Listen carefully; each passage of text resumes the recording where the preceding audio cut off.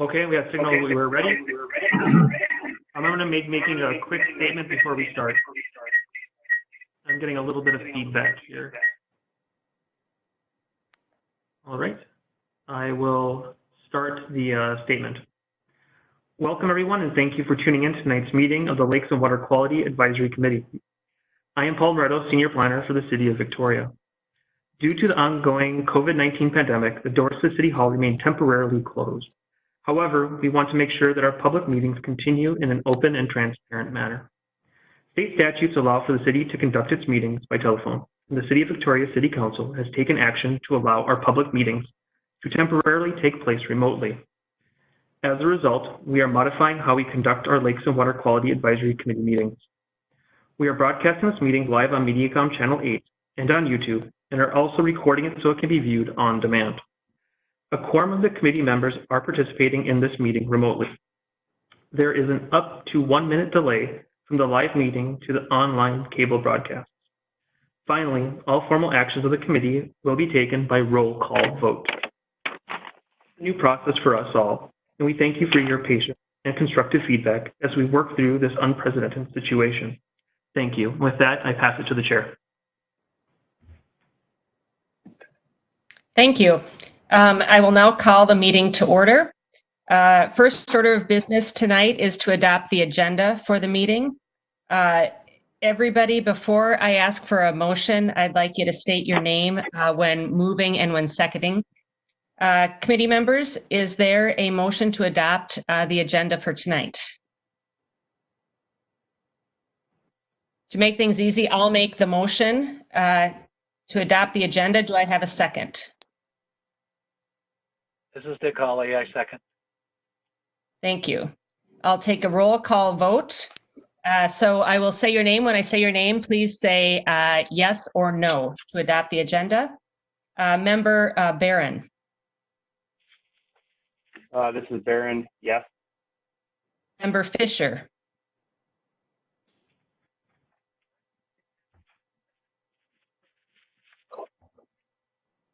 Lance Fisher. Yes. Member Can Giroux. you hear me? Yes. Member Hawley. Yes. Member Kraft. Yes. Member Kohler.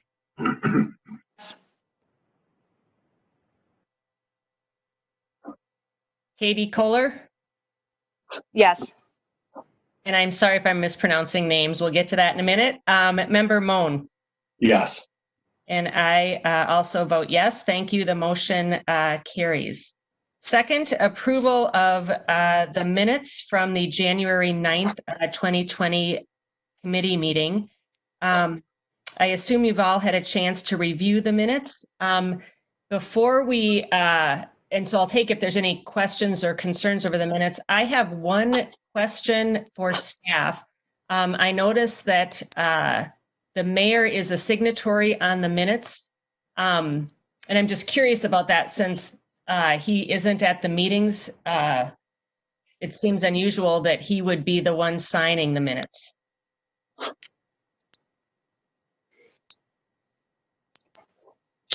Chair, members of the committee, I will have to look into what the process and procedure is on that. I'm not entirely clear on the signatory, but we'll determine if that was done in error or if that's city process. And if it was done in error, we'll make sure to correct that moving forward.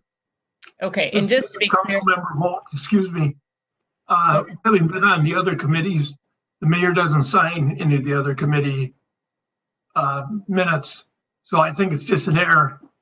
Okay. It may be, we're working with a new agenda management system. So it may be just a template from minutes of the council meeting. So we will, assuming that is an error, we will correct that moving forward. okay, and then second, at our previous meeting, we had talked about rotating the duties of secretary. Where are we at with the secretary duties in this unusual time? For chair and committee members, this is Paul. For this unprecedented situation, we're just going to keep that minutes taking in-house until we can reconvene in person. Okay, great. Does anybody else have any comments on the January 9th minutes, or do I have a motion to approve the minutes? Lance Fisher Colley, I move moves to approve the minutes. Okay, I'll go with Lance to approve. Dick, do you want a second? Yes, that'd be fine. Okay. So again, go through a roll call vote to approve the minutes. Again, when I say your name, please say yes or no. Member Barron. Yes. Member Fisher. Yeah. Member Giroux. Yes. Member Holly. Yes. Member Kraft. Yes. Member Kohler. Yes. Member Moan. Yes. And I also vote yes, and the motion passes. Thank you. Now moving on to our discussion items. Again, if you could keep your microphones on mute during the presentation so we don't get any background noise, I appreciate that. Our first item for discussion is item 3.1, and that is our committee introduction. So we do have some new members of our committee, and we also have some new staff members, including a new community and economic development director joining us. So we'd like to give everyone an opportunity to introduce themselves. And does staff have a short member orientation that they'd like to give after the introductions? That is correct, Chair. Okay, so first, if staff could go ahead and introduce yourselves to everyone. I will go first. Hello, everyone. Marty Dahl, Community and Economic Development Director for the City of Victoria. I am relatively new here, although as the weeks go along, I don't know how much longer I can play the new guy card. I'm going to try to play it as often as I can, but I began on January 21st. So this is the first Lakes and Water Quality Advisory Committee meeting I've been a part of. Unfortunately, we couldn't all meet together in person, but I'm glad that so many of you were able to join us for this remote meeting. I came to Victoria after spending approximately 9 years with the city of Burnsville in a communications and community engagement role. Prior to that, I worked for the city of Edina for 4 years, and previous to that, worked for the Anoka County government. So have been in government communications, government community engagement, those types of roles for about 15 plus years now. So I'm excited to be here, have hit the ground running and trying to move things forward. So thank you. And thank you for having me. Thank you. Paul Moretto, please. Hi, this is Paul Moretto, Senior Planner here at the City of Victoria. I've been here for about 2 years, so just kind of getting my feet wet. Before I came here to the city, I was with the city of Falcon Heights for 5 years, working as their community development coordinator. And before that, I was in Albuquerque, New Mexico, where I worked for the city council, the city of Albuquerque, as a council planner. And I also taught at the University of New Mexico for urban design and planning. So it's nice to meet everyone. Thank you, Paul. Do we have Alyssa Swanson? Yeah, I'm here. Alyssa Swanson, admin assistant at the City of Victoria. I've been here since August of 2019. So very glad to be here, very glad to be part of the community of Victoria, and look forward to this meeting. Thank you. And I see we also have Council Member Vogt in attendance. Council Member, would you like to introduce yourself? I'm Councilmember Tom Vogt. I'm the liaison with your committee for the next year. I'm glad to do this. I have lived on a lake in my 73 years. we were on a lake for a while, so I understand the sensitivities of lakes and being there and protecting them. This is my 5th year on the council, so I think I'm going to enjoy doing this. See you in the future. Great. Thank you very much, Council Member Vogt. So now, committee members, I will call on each of you. I haven't missed anybody in staff, did I? No, Chair. That's everyone who's present tonight. Okay, thanks. Then I'll move on to the committee members. I will call on you individually And when I say your name, please introduce yourself and briefly tell us what you bring to this committee or why you wanted to serve on this committee. So I'll start with Member Barron. My name is Nolan Barron. I live on Lake Auburn, and I think the main reason that I joined this committee was to give something back to the community of Victoria. I grew up in Minnetonka, but my family and I have lived here in Victoria for about 6 years, and it's a great town, and we look forward to staying here the rest of our lives. And this is one small way that we can do something. And, I think I've got a lot to learn, so I think I don't have quite a vocal role, or quite as a vocal role as some people on this committee, but I hope to one day maybe have a larger role. But for now, I'm really just learning quite a bit from everybody else. So, anybody or anything else that want to know? I think that's great. Thank you. We'll move on. Brian Billings and Craig Eggers are not here, so Mr. Fisher. Yes, Lance Fisher. I've been a Victoria resident and riparian owner on Schutz Lake for over 30 years. I was the committee's president last year, and thankfully was able to relinquish that to Ann's capable hands. I also served 9 years on the Minnehaha Creek Watershed Board, the last 3 or so of them as president. I do have a question. Mr. Barron, I didn't catch your first name. My first name is Nolan. Oh, all right. Now I know who you are. Thank you. Perfect. It'll be nice to be back in person when we can actually sit across the table from each other. Member Giroux. Good evening, everybody. My name is Randy Giroux, resident in Victoria, that will be coming on the third summer that we've moved here. Previously lived in Chaska and been in the state for about 20 years. Wherever I live, I try to get engaged in the community and involved, and owning a piece of shoreline here on Lake Wasserman. I thought this would be a natural place to learn more about the watershed, the role that the watershed plays in water quality, and in that intersection between environment and development, and learn a lot from the committee about some of the history and some of the opportunities we've got. Awesome. Well, thank you. And it's a pleasure to have you. And I apologize for mispronouncing your name. I will try to do better. Giroux?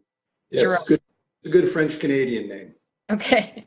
All right. Thank you. Mr. Hawley. Yes, good evening. This is Dick Hawley. I live on Lake Zumbra, Sunny, which we have been resident here since 1975. For the city, I was involved with the long-term strategy committee. I've also served on the Blandon Foundation Lakes Management Study in the past.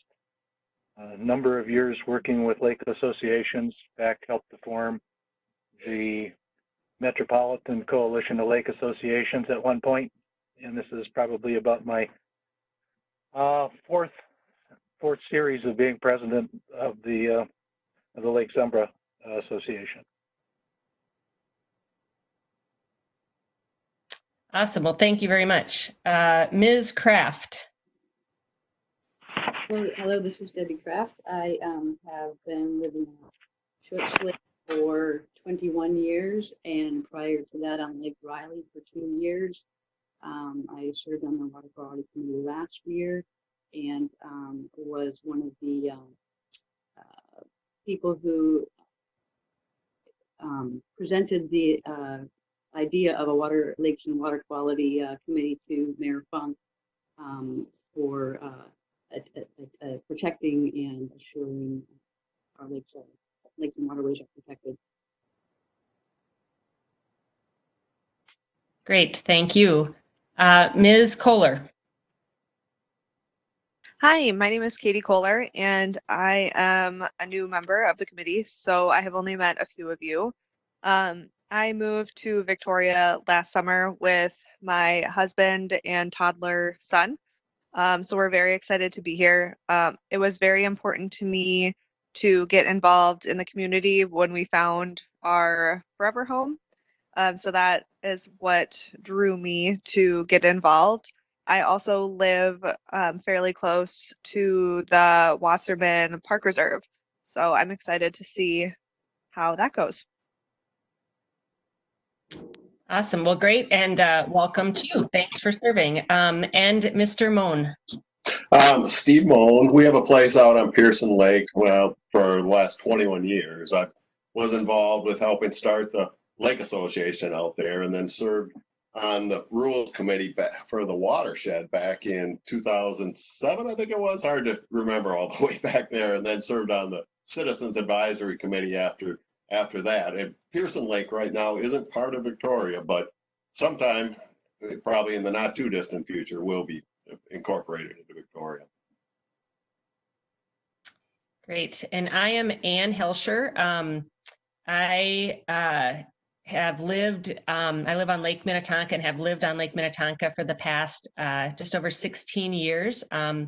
So our lakes are very important to me. I have served on the Park and Rec Committee for the City of Victoria, and I currently serve as the City of Victoria's representative on the Lake Minnetonka Conservation District.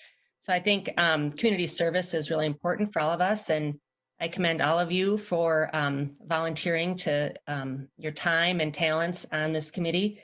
A lot of you have some really great skill sets and experience that I know I can learn from, and you all bring kind of some great things to this committee. So I look forward to working with you again this year. So thank you. I'll now turn things over to Senior Planner Paul Moretto and Community and Economic Development Director Marty Dahl for a staff presentation.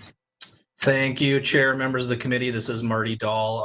Paul and I will be tag teaming this brief orientation presentation.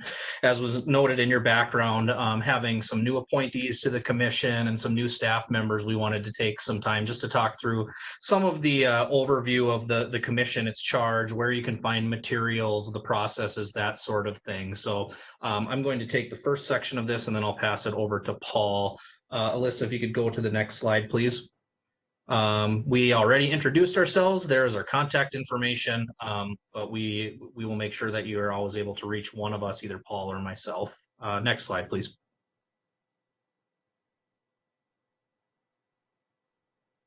So the topics that we will be covering, again, this won't be a very long presentation, but just a few tips and tricks as we are in this virtual meeting environment, as we don't know how long we are going to remain doing meetings this way. Touching a little bit on the live broadcast and recordings angle, which I know is new to this committee. Talking through how the agenda is set up and the process for the agenda during meetings. Showing the city's iCompass portal, which is our agenda management portal, where you can go to find agenda packets, meeting minutes, video of not only this meeting, but all of our other commission and committee meetings. And then I'll be passing it over to Paul to talk a little bit about the mission of the committee, some information on open meeting law, how to use our city code book, and then any questions that you all might have at the end. So next slide, please. As you all know, because you are participating in one currently, due to the COVID-19 situation, we are doing all of our public meetings remotely. We are using this WebEx platform to do our council meetings, planning commission meetings, parks, lakes and water quality, etc. It has been a pretty good tool for us in the past few weeks. It's given us the capability to allow business to continue. It gives us the ability for folks to share audio and video. Staff and presenters are able to share their screen for presentation. And then we do have a public call-in number for those meetings that include public hearings that gives the public an opportunity to participate as well. So just a couple of quick tips as we are in this virtual environment. I know we were having some issues with some folks' video, but when possible to use your video and show your smiling face, we do encourage that. We do like to be able to see everybody. You've all probably seen some of those videos where unexpected things happen in the background during these Zoom and WebEx meetings. So just a note for everyone to be aware of what's happening in the background as we are broadcasting and live streaming these meetings. Please, a reminder to mute your microphones when you're not talking to avoid any paper rustling or background noise that might pick up that you may not even be aware is happening through your microphone. And then just a reminder to unmute when you are speaking and to state your name, please, before speaking so that we know who it is that is talking. And then finally, in these situations, it's even more important. The chair has a very strong role in trying to keep the meetings moving. So always listen to those prompts from the chair or, in some occasions, staff. And as I mentioned, we are streaming and recording these meetings. So next slide, please. So live from Victoria, it's Lakes and Water Quality Live. So as I mentioned, we are recording this meeting. It is being streamed on YouTube as well as Mediacom Channel 8. So just again, some additional things to be aware of in those recording situations is to always be aware of any of your nonverbal cues and side conversations. These are important in live video sessions as well. Again, muting microphones in the virtual setting is important. Being aware of your background, as we mentioned, trying to speak clearly and directly into your phone, your device, or your microphone, and just always assume that the cameras are rolling as we broadcast these meetings live. We've got 2 places where you can find these meetings, 3 actually. We've got Mediacom Channel 8, which is broadcasting this meeting live right now. Our iCompass portal, which is our agenda management portal, which I'll touch on in a minute. You're able to view the live video there as well as the city's YouTube channel. Next slide, please. The agenda. So every meeting prior to, usually 3 to 4 days prior to the meeting, staff will send out an agenda and a background report for any of the discussion items that we have. So just kind of a quick overview of the agenda as you've already gone through tonight. We do the call to order and we are missing the adoption of the agenda on this agenda. So we will correct that as well.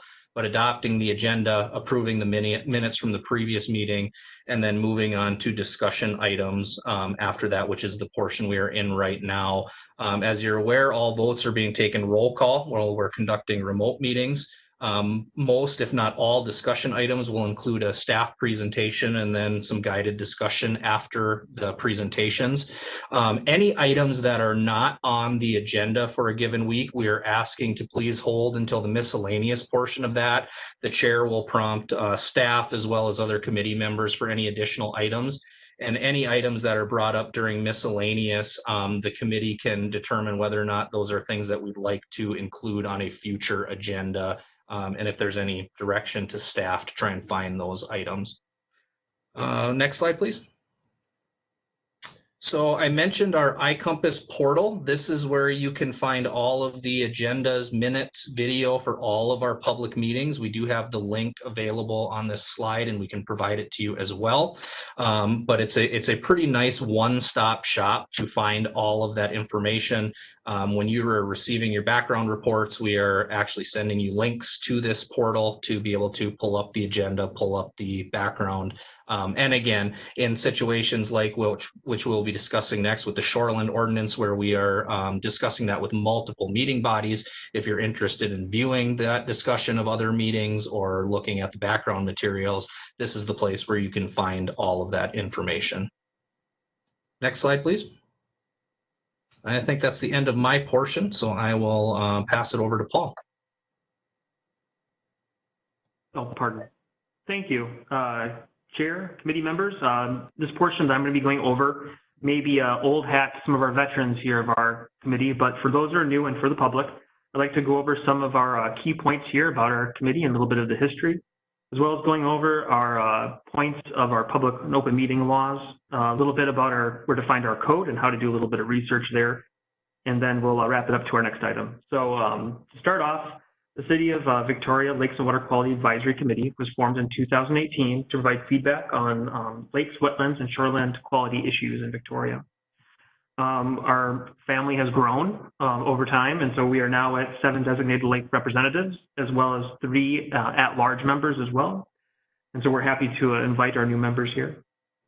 Just a little bit of a catch-up here. Our mission for the Lakes and Water Quality Committee is to bring emerging water quality issues to the attention of council and relative commissions. There's also a need to recommend projects and priorities that impact water quality. Where applicable, make recommendations on city ordinances, like we're going to do a little bit tonight as we go through our shoreline management update, looking at big issues, but also drilling down into the details later on in future meetings. And also, we want to review and provide input to council to consider regarding annual budget and priority process, outlining agencies to get input from city on water issues. Those are more bigger items for the city. Next slide, please. As you know, we are a body of the city, and so we're subject to the open meeting law. For some may know about this and others may not. Just to kind of summarize it, all of our meetings must be open to the public. Whenever we have a quorum, meaning we have enough people to make decisions, on this body it's 6 people. We need to make sure that those meetings are noticed to the public, and we need to give enough time for the public to be able to respond. As committee members, if you engage with other committee members, just remember that you are subject to what's called the chain rule. That means that if you talk to one member, and that member talks to another, and that member talks to another on the same issue and the same topic, you could be creating a public record, and you could be creating basically a meeting inadvertently. So be sure to watch your communications with other folks on city issues and city business. Also, if you happen to be on an email exchange that has all the members on it, or members of the committee on it, remember not to reply all. If there's something that you want to say to the rest of the committee, feel free to talk to staff and we can communicate that for you. This isn't such a big issue for this committee, but it is for commissions, which is engaging in what's called ex parte communications. And this means that if there's an application or an item that's to be considered by council or having a hearing, that we don't engage with the applicants prior to the hearing. We don't want to give one person more information or information that's not available to the rest. And so if again, this would be unlikely for this committee, but if it does happen, we want to make sure that we're engaging with those applicants at the meeting, not before the meeting. Next slide, please. For those that are interested in digging into our city code, which I know everyone is, I am for sure, we have available to all of our public as well as to each committee and commission members our municipal code. On the municipal code, we'll have things that are more general city items, such as waterways, right-of-way issues, subdivision, environmental ordinances, as well as like liquor licenses and the such. In the zoning code, we're looking at things like residential zoning, commercial zoning, those sorts of items. PUDs, the Shoreland Ordinance, is also in the zoning code. So we highly recommend that you go through and take a peek at our code and become familiar with the outline and the kind of makeup of our code. And with that, I will pass it back to Marty, or the chair, excuse me, as this is the end of our presentation. If there's any questions, please let us know. Great, thank you. I would just like to add one thing, and that's just a reminder that we are not a decision-making committee. We are an advisory committee, so we simply review things and will ultimately make recommendations to the planning commission or the city council, and they are the ultimate decision-making entities. So thank you. Anybody have questions before we move on? Okay, hearing none, we'll move on to our next item on the agenda, the Shoreland Management Ordinance Update discussion. And I'll again turn it over to Paul or Marty for a presentation and discussion. Let's see. Chair, thank you very much, committee. I will begin the conversation here with the committee, and then we will go through to a point, and then we'll let Marty take over on the rest of it. Today we have before us a presentation concerning the Shoreline Management Ordinance. This ordinance has been in the works for quite some time for review. Today what we're looking to do is just kind of go over the 30,000 foot level of the shoreline management process. And then as we go into future meetings, we are going to refine those discussions into more minute deliberation and discussion of the actual ordinance itself. Just to go over a little bit about why it's important that we have the Shoreland Ordinance and why it's important that we review this regularly and also do it collaboratively, is that our Shoreline Management Ordinance regulates building, zoning, and development within 1,000 feet of designated lakes and water bodies. Before us in our presentation, we have a number of lakes. We have general development, natural environment, and recreational development lakes. And it's quite extensive. If you actually look at a map and you're to map out all of our lakes, it would encompass quite a bit of the buildable area of the city. And so it's something that we need to take seriously and with great detail. Next slide, please.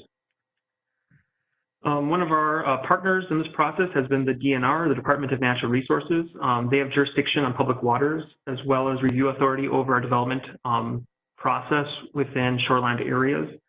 One of the reasons for our ordinance update and why we're doing this exercise is that we want to make sure that our city ordinance more closely aligns with the model ordinance of the DNR. Cities and counties that adopt the ordinances that model after the DNR's ordinance have more flexibility through the process of approval. We may not even have to go to the DNR if we have a ordinance that's approved by the DNR, and also requires more streamlining of that process. Also, we're looking to figure out where the model ordinance and our ordinance, as far as flexibility, makes the most sense. You know, Victoria has its character and things that's important to Victoria. We want to make sure that ordinance reflects those community desires and development. Next slide, please. So a little bit of history about how we went down this road. In pre-2017, the city began work on developing an update to the ordinance. Also in 2017, the city engaged with HKGI, who is a consultant planner, to help us kind of craft and figure out what's the best method and how do you go about engaging with the DNR on shoreline issues. So they were helpful in getting us through those beginning portions. The city, in 2018, the city did submit a worksheet of potential changes to the DNR. These are things that, the city was asking the DNR about as far as, development standards, whether it's impervious, whether it's setbacks, whether it's design ideas, uses, and those sorts of things. And the DNR was generally receptive to the proposals that were made.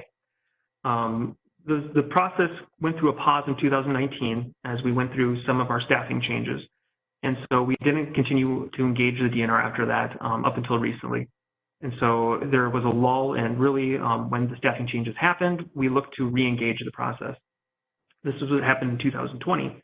In current times is that now we are working again with the DNR and working closely as we have already engaged with the DNR in a orientation process for shoreline management ordinance that was brought to the Planning Commission.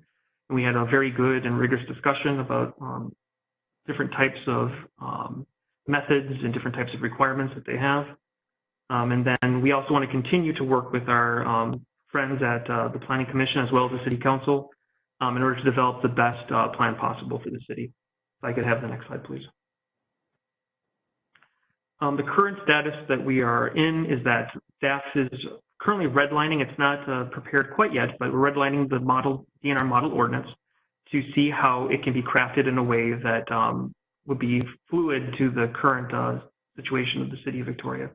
The Planning Commission is going to be conducting a public hearing on the ordinance on June 2nd of 2020.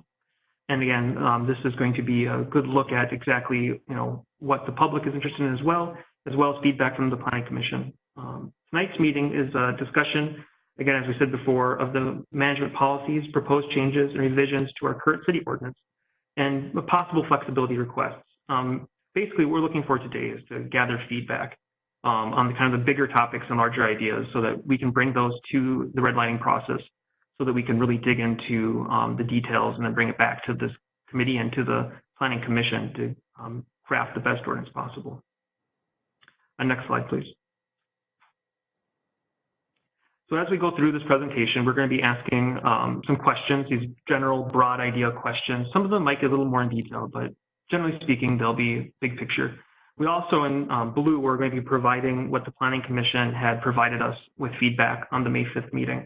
And I'll be sure to read both. And then after it is read, I'd ask the chair to kind of facilitate discussion on that question. So the first question we have tonight is, what are the priorities for the City of Victoria as it relates to managing natural resources and development within the shoreland? In our May 5th Planning Commission, one of the key items was preserving and improving water quality, protecting shoreline, and creating natural setback buffer areas where it was important. And so with that, I'd like to pass to the chair to referee the conversation. Thank you. So comments from committee members.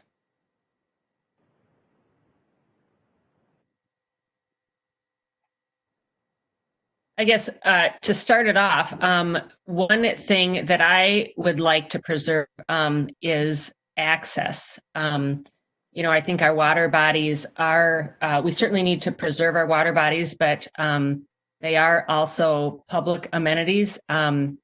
So we need to make sure that we have access, maybe not to every water body, but that within the City of Victoria, we are providing access to those amenities. Thank you.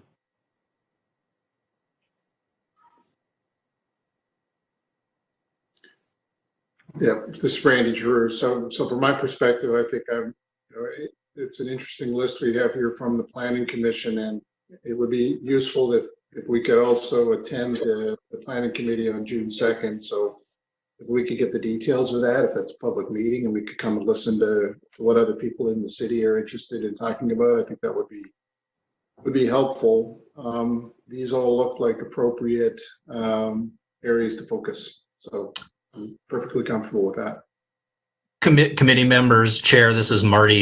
Yes, you'll absolutely be invited to be part of that meeting. It will be a public hearing, so you'll have an opportunity to speak if you have any specific items that you want to address. And then our intention is that after that June 2nd public hearing, we'd be bringing the public feedback, the additional Planning Commission direction, et cetera, back to the, I believe it's the June 11th Lakes and Water Quality Committee meeting prior to the council having their final meeting and potential approval of an updated ordinance. But absolutely, you'll be provided a link and ability to participate in that. Thanks, Marty. Any other comments? This is Dick Hawley.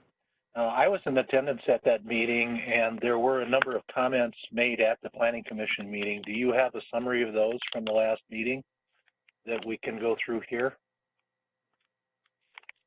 It looks like we do on this slide. There are specific comments related to this question, and I assume that each question will have the Yes, Chair, committee members, the slide is giving a summarization of the feedback. I'm just pulling up my notes from the May 5th. Are you referring to the May 5th meeting, or are you referring to the meeting when the DNR provided their overview presentation? When the DNR provided their presentation. Yeah, I would have to dig back to find the specific notes from that April meeting. Hey, Marty. Dick again, and there were a number of people that did or could not attend the meeting when the DNR was making their presentation, and I know that I made frequent comments, and I think that a number of those would be pertinent for our committee to be able to to review and to determine exactly what is most essential. Certainly, and we can send the link. That meeting was recorded and is available to watch as well. We can send that out to everyone on this committee. I believe we sent the link out once it concluded because we knew there were a number of people that weren't able to attend, but we will send that out again for everyone to review. Hey, Marty, this is Randy Giroux. So if I wanted to get more details from the May 5th Planning Commission meeting and understand a little bit more in detail these high-level priorities, Where would I find that information? So that you will be able to find the meeting broadcast in our iCompass portal. So the link that was provided there, and if you go to the May 5th meeting, I do also have, so I jotted down some of the notes. So for this specific question, some of the specific feedback on this was need to manage wastewater and stormwater, preserve and improve water quality, shoreline protection and preservation, monitoring the use of chemicals on lawns.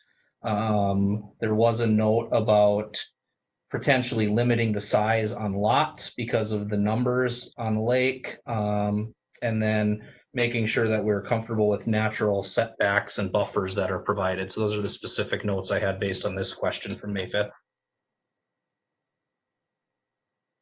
But I will, after this meeting, I will send a link to both the May 5th meeting video and the April, I believe it was 21st Planning Commission meeting that the DNR presented, so that everyone has an opportunity if they wish to watch that full meeting and discussion. Thank you. Any other comments?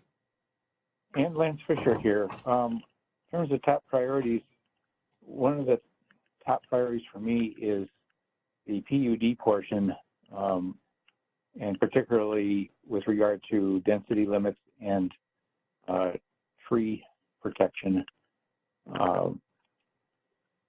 The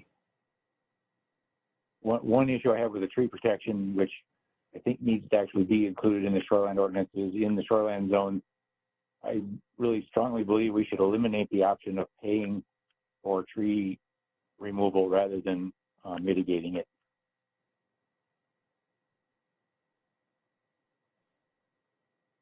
What was that last part, Lance? Okay. In the development that occurred on the north end of Schutz Lake, a significant portion of the tree canopy was removed. The current city ordinances allow for that if the developer makes a payment to the city, and that makes some sense in some areas, but in the shoreline area, I believe the tree canopy is so critically important that we shouldn't allow removal of the trees without planning equivalent replacement. Thank you. And Chair, members of the committee, just so you know, I am taking notes of all the feedback provided. So if you don't hear from me, I am hearing you, and I am taking those notes to provide at the next Planning Commission meeting. This is Debbie Kraft. In response to that question, I would concur with Lance on all points made, and I would also add, I think, some of the important things that we're trying to preserve and improve our conservation and protection of our shoreland and our lakes, safety on the water surface, and protection of the environment and protection of property values. Those are some of the things that I would think. And on a going back to some things brought up earlier, I have a question, and maybe it's not the right time, but I'm going to ask it now. Is June 2nd really an appropriate time to do a public hearing in light of the COVID situation? I think a lot of these things that are being proposed are superseding some of the zoning ordinances. I think it's too big of a topic to really have it at a time when people can't attend because of COVID. I think it requires that people have the opportunity to attend in person. So I just bring up that concern in addition to answering this question. Thank you.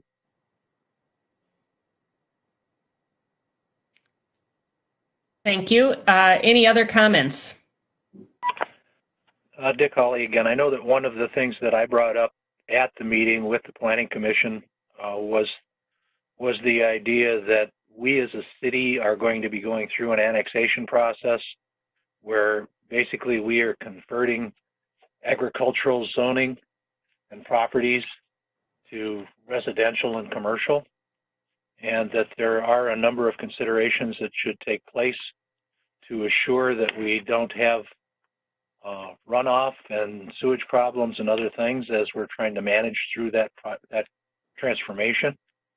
we've had a number of discussions about that with this committee over the last year. And we have a situation where the developer may be responsible for what goes on with the sewage and the runoff during their construction. But then we need to make sure that there's continuity and control of what's going on that property during the phases where we may not have agricultural crops being grown anymore, and we may have significant runoff. And the developer, because it was not part of their phase development, does not have an agreement in place for the entire property.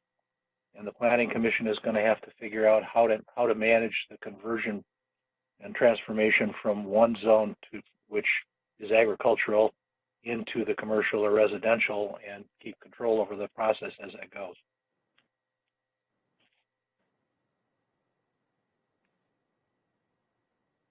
Other comments? I just want to piggyback on Dick's comment.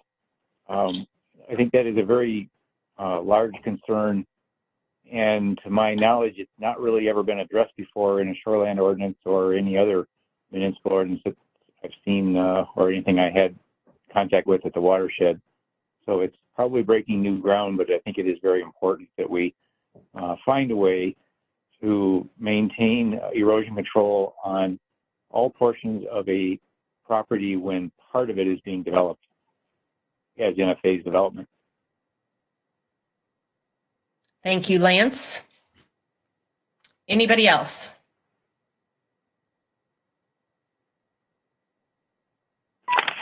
This is Dick again. Another area that I brought up that wasn't initially in the presentation from the DNR is that they do have training courses, and those could be brought to the city so that city staff and committees could go through training on what the shoreline ordinances are and what the FEMA requirements are and how those processes work, so that we could do a more informed job of actually proposing changes to the ordinance and have a better common understanding of what the existing ordinances are.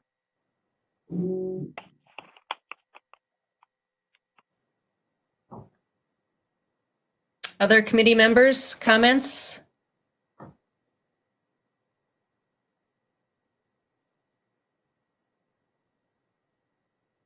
All right, Paul, do you want to move on maybe to the next slide?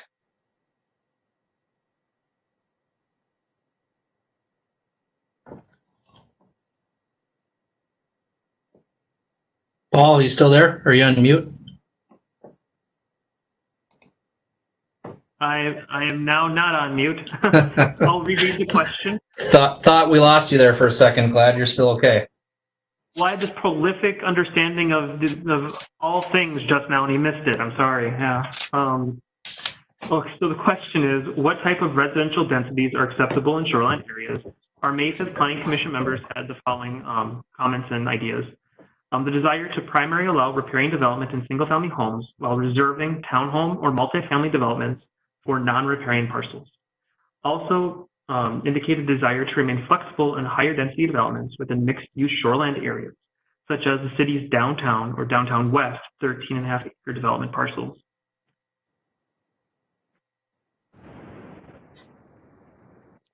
Thank you. And I think I did listen to the May 5th, or at least part of the May 5th Planning Commission meeting, and the shoreland area, is it 1,000 feet from the water body? Correct. Okay, so that's the Planning Commission noted that as it talked about, having some of the higher density developments, they could be, a little farther back, and we went through the different types of lakes. So I know they made that, noted those differences in their comments. Any committee members have additional comments? Well, Lance Fisher here. One thing I'd like to make clear, at least from my opinion, is that I understand the need to reduce the limitations in areas like the downtown area due to prior development and the need to continue on along the lines of what they have.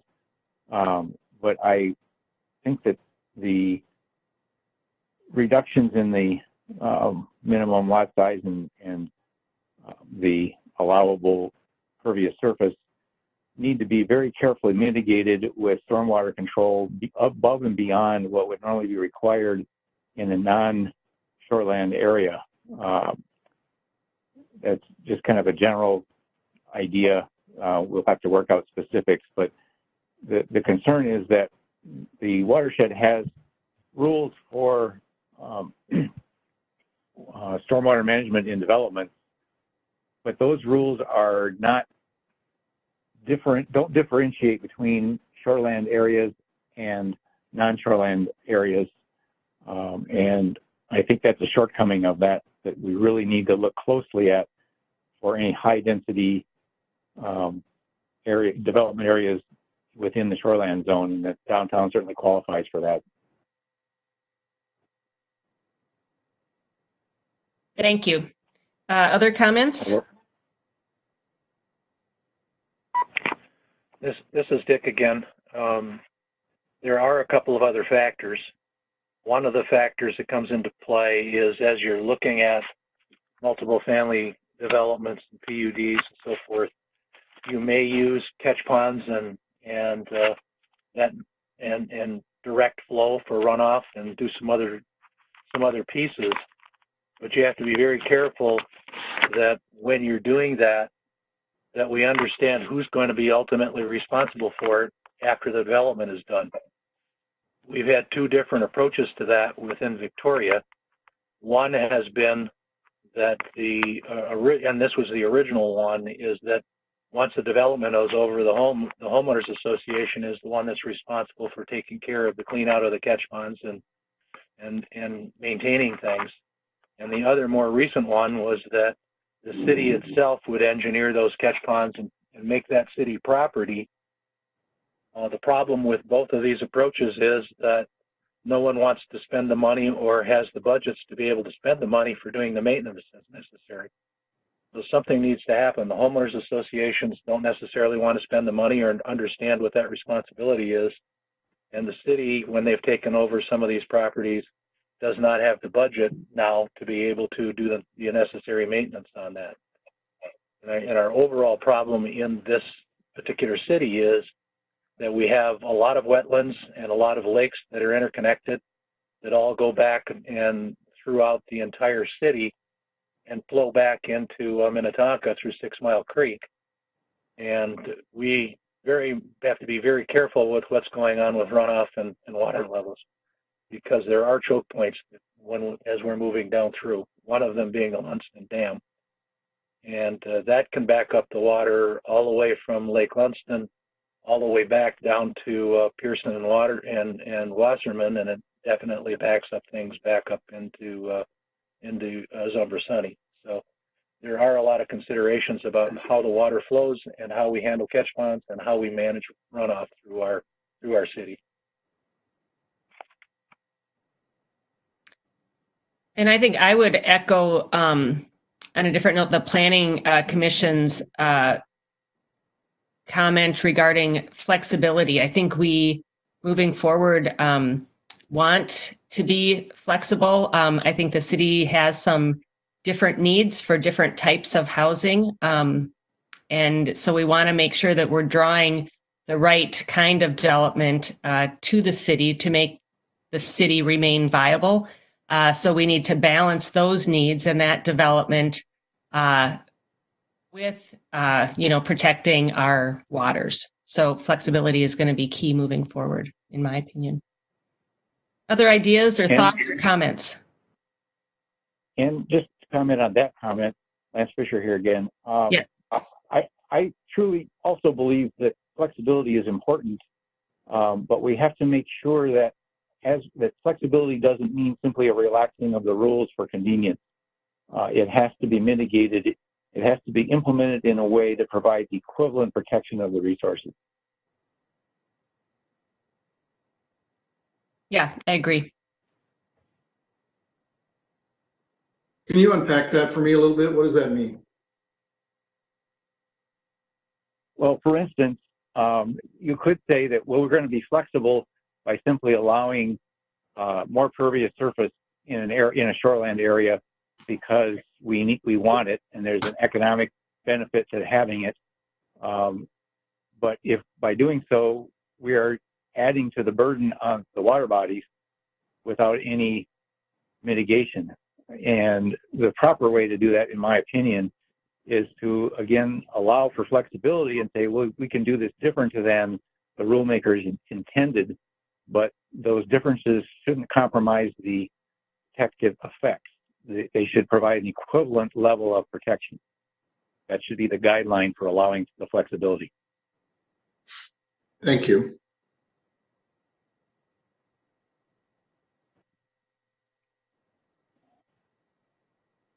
Any additional comments on this slide? This is Debbie Kraft, and I think as I'm looking at this and thinking about the spirit or intent of the Lake and Water Quality Committee as a whole, and what we are established for, and what I think it was Paul pointed out our main points. One of those main points of why we exist is to improve the existing ordinance and city council commission and agencies, and to improve what we're doing.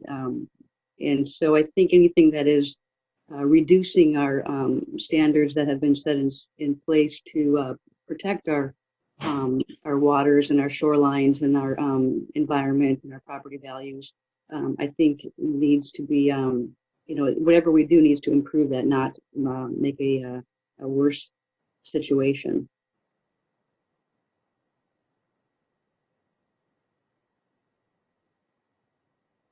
And I agree with you. That was Debbie Kraft, right? Yes, that's correct. This is Ann. Thanks. I agree with you. But always, I think when making any laws, any ordinances, there's always a balance that has to be considered. And so I just want to make sure that we don't, create regulations that are so onerous that nothing can happen in the city of Victoria. And I don't think that's anyone's intent. Certainly, what draws people to Victoria is our beautiful lakes and parks. So we definitely need to protect those. We need to protect our water. And I agree that we need to make sure that whatever we're crafting is going to do that, but isn't so onerous that no one can come and develop. So I think it's just always a balance. Right. And I agree. I think Lance really covered that well in that, if you're going to take something here, you got to give something there to keep the intent of and the spirit of the regulations or recommendations or ordinances, I guess, to protect them. So if you do one thing, I think Lance's example was the pervious or impervious ground, rooftops, driveways, sidewalks, whatnot. That has a very negative effect on lakes with stormwater runoff, with less infiltration of rainwater into the groundwater and whatnot. So it is a balance, but I don't think we should do things that make things worse. The reason people move to Victoria and love Victoria is that we do have high standards of conservation and environmental concern. So I think I made my point. Thank you. Yeah, thank you.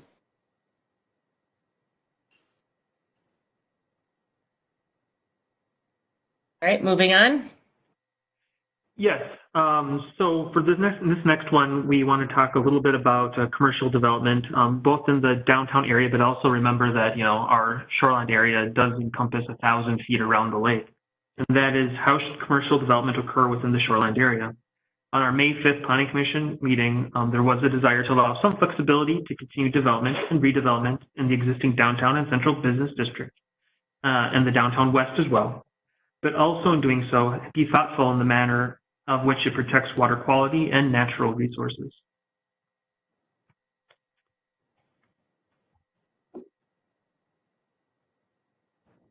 To me, I think. Fisher here. Oh, go ahead, Lance. Go ahead, Ann. Okay, I was just going to say. Go ahead, Lance.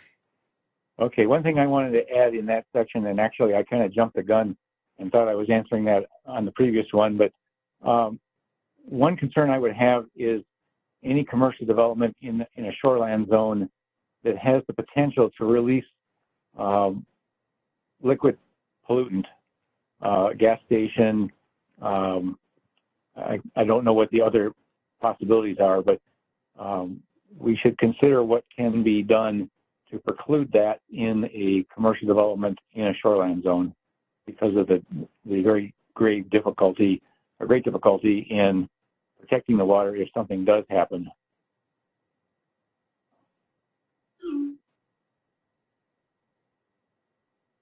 Lance, can I ask a clarifying question there? Do you mean from a catastrophic perspective, or do you mean just as a matter over time, more of a chronic problem? I think both are factors. My primary concern would be more of a catastrophic issue, and in some cases that could be mitigated by appropriate protective measures that go above and beyond what's normally required. But the concept of and it's not just commercial properties, but commercial uses like oil pipelines and I think even sewer mains have a potential issue. But certainly things like gas stations and we don't have it here, but a refinery or anything that has the potential for a significant pollutant release above and beyond anything normal should be at least very, very carefully looked at in a shoreland zone, if not prohibited outright.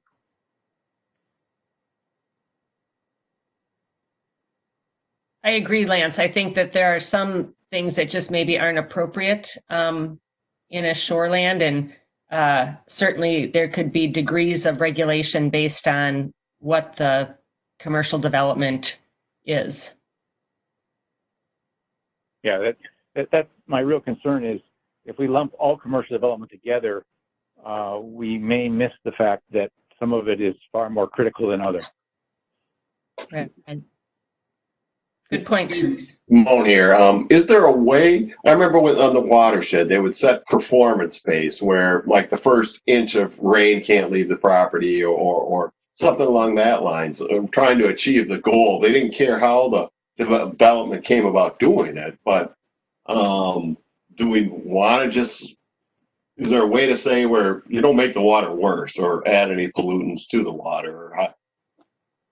Or, when we're looking at commercial developments and some type of environmental study or whatever. That concept is something that was relatively new to the watershed in terms of their rulemaking, and that was that the rules became more, what's the right term here?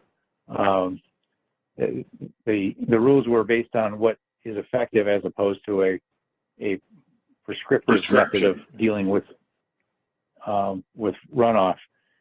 And I think we're getting a little off the topic of commercial development in general, because I think that applies to anywhere in the watershed and certainly within the shoreline zone. And that's just a general comment.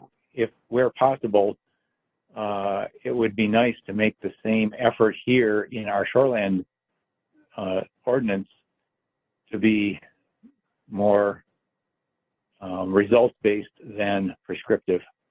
But I also want everybody to understand that that's not a simple undertaking. Committee members, Chair, this is Marty.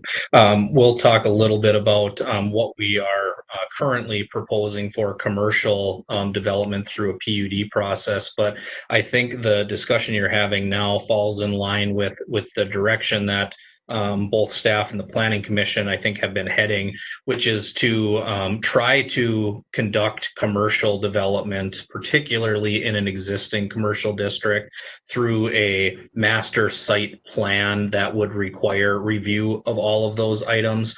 Again, one could pick out a number out of the air and say 40% impervious or 50% impervious, but what does that mean if a development is able to mitigate stormwater runoff in a better way or in a new way? I think the sense is that we'd like to provide the flexibility to be able to do that. So that I think that is tracking with some of the previous discussions we've had as well.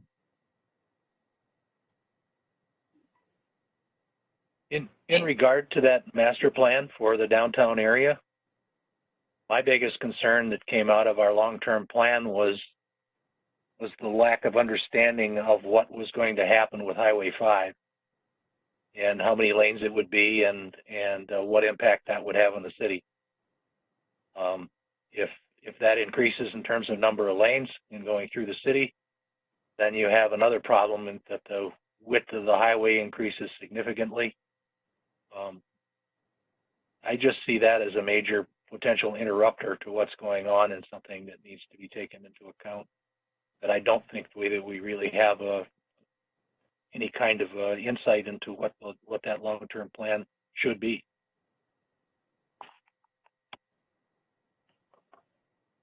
Dick, Lance here. The watershed district has pretty good handle on MnDOT road projects and the requirements for runoff control, but I think based on your comment there, we should probably include an idea that when the road project comes through, that the efforts for runoff mitigation on the road project be combined with the efforts of the downtown area mitigation of runoff to the high density. No sense having the two fight each other. Precisely. And I think there needs to be other considerations that are going to go on downtown. Just things like how do you handle what is currently pedestrian traffic that comes in from the southern neighborhoods, and how do you keep it from being separated and turning out similar to what's going on with Chanhassen with walkways across a highway and other things. And all of that impervious surface then aggravates the whole problem. And I think, Dick, I think those are all good points, but I don't know that they necessarily, are directly on point with the Shoreland ordinance, or that we can deal with all of that stuff in the ordinance. I think we need to consider them all together, but might be a separate, that might go under miscellaneous. It may, but I'm just saying that is a major consideration as we start to focus on downtown. And we may put something in, and then it may have to be completely turned out and turned around. And the way the property all flows down, it would flow down from the highway down toward the lakeshore. So it becomes something that truly needs to be engineered over time. Right. Other comments, or move on to the next slide? This is Debbie Kraft, and it just brings to mind some of the best practices that we learned about in the Freshwater Society's Master Water Student Program. From a commercial perspective, there's a lot of best practices that can be done. I don't know if we want to have conversations about pervious pavers and rooftop gardens. There's a lot of things in there that I'm sure the watershed would have input on doing to be able to infiltrate more water and protect runoff from getting to the lake on the other side of the commercial district. Thank you. Thank you.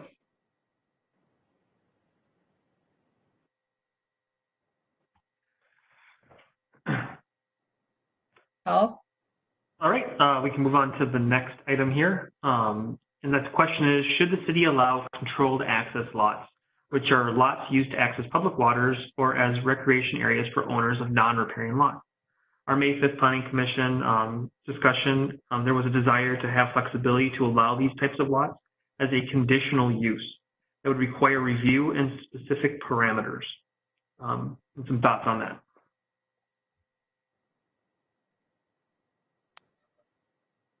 So these aren't like parks, they're like a private beach or a private area? Am I understanding that correctly? Committee members, Chair, this would be, I believe, a similar situation as what took place in the Waterford development, where there is a riparian lot that the non-riparian homeowners have access to. So I think that is what we would be referring to when we refer to a controlled access lot. So yes, not a park or public space.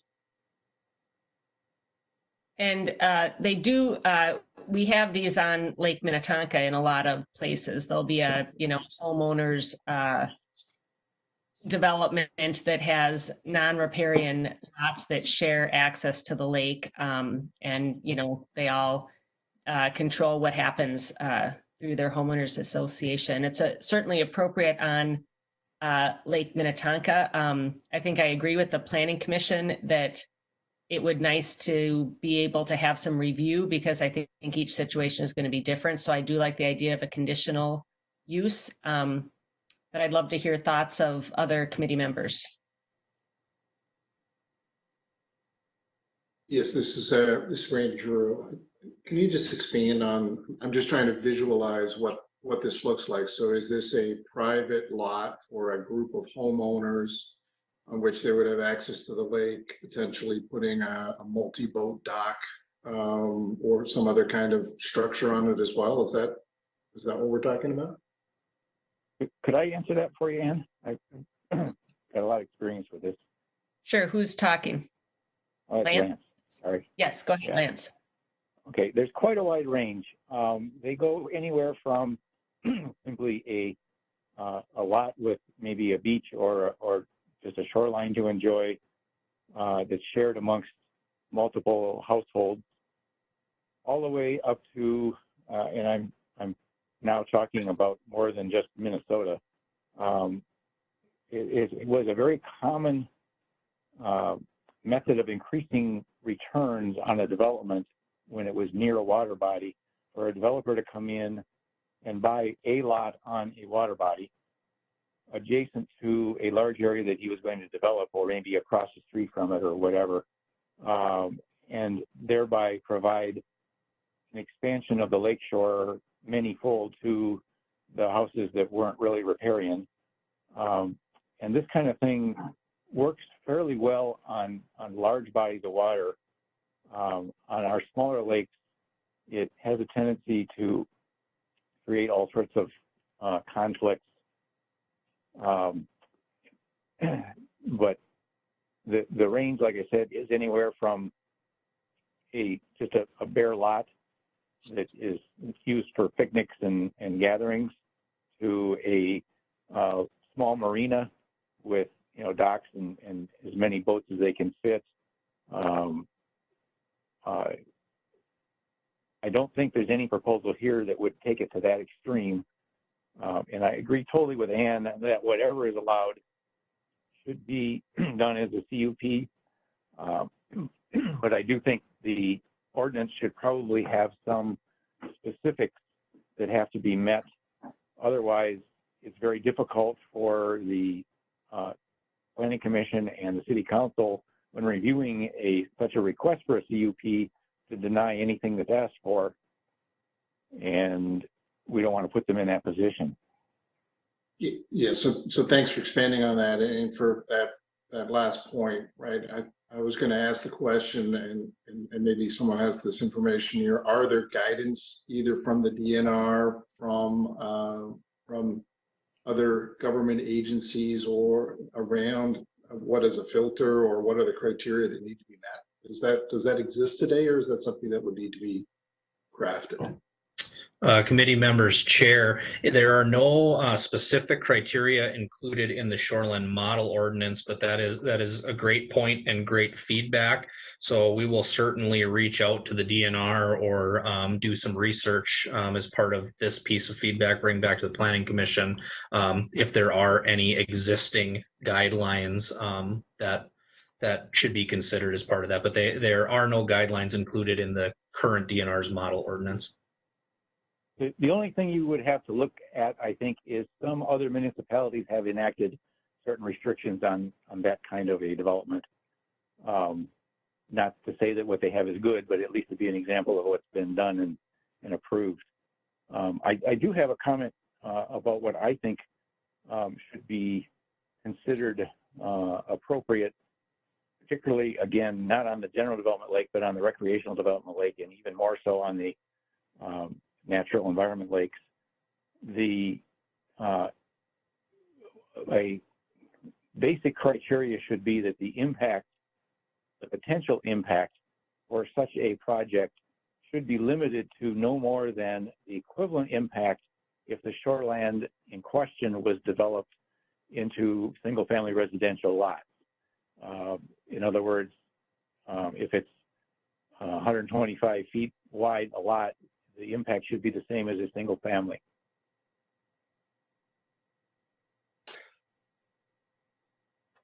Again, that's specifically for the. This is Dick Hawley, and I would concur with that approach, because the reason that lakes are classified the way they are is to try to minimize the traffic and wear and other things on the lake, as well as runoff and other aspects of it.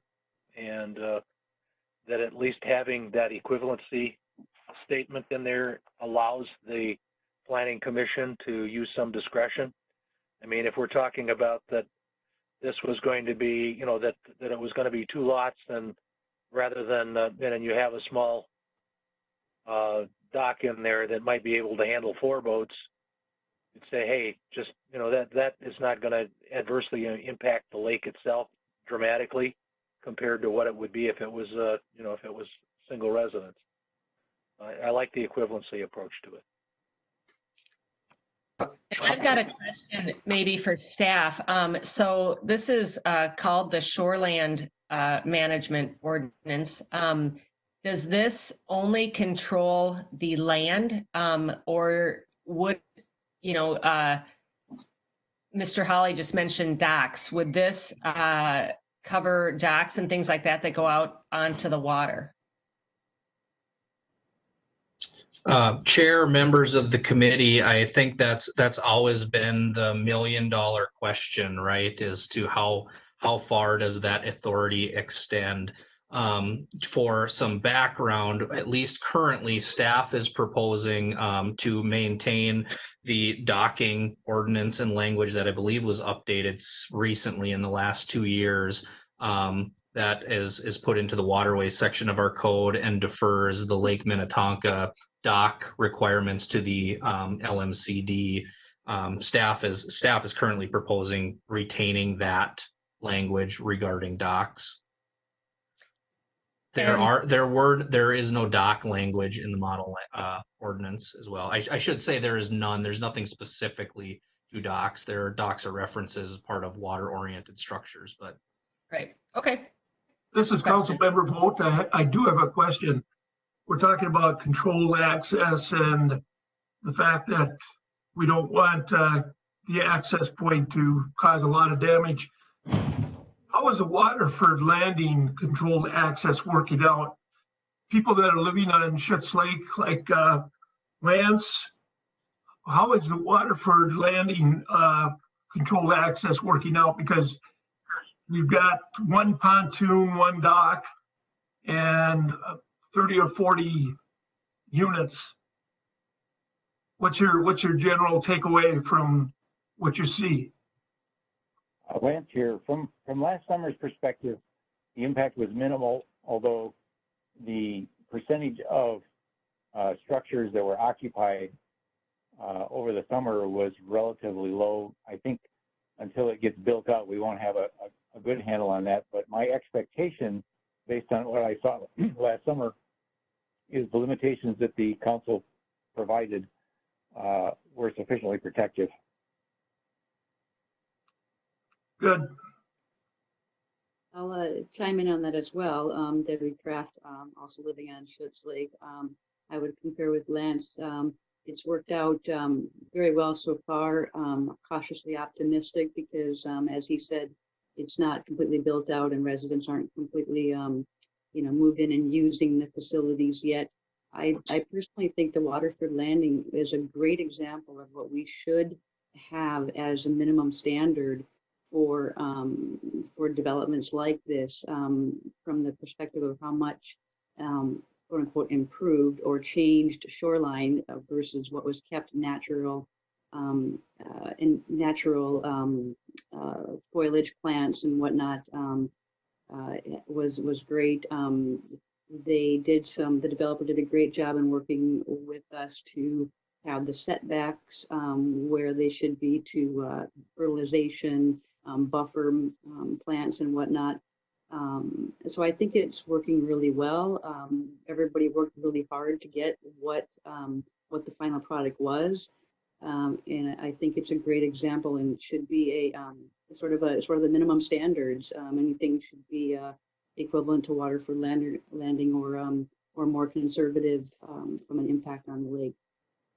My only thing on the whole thing was the density was significantly higher than the land would have been had it been developed as a R1 shoreland as it was originally established until they put the PUD. So I thought it all worked out well and it could be a standard that we use moving forward.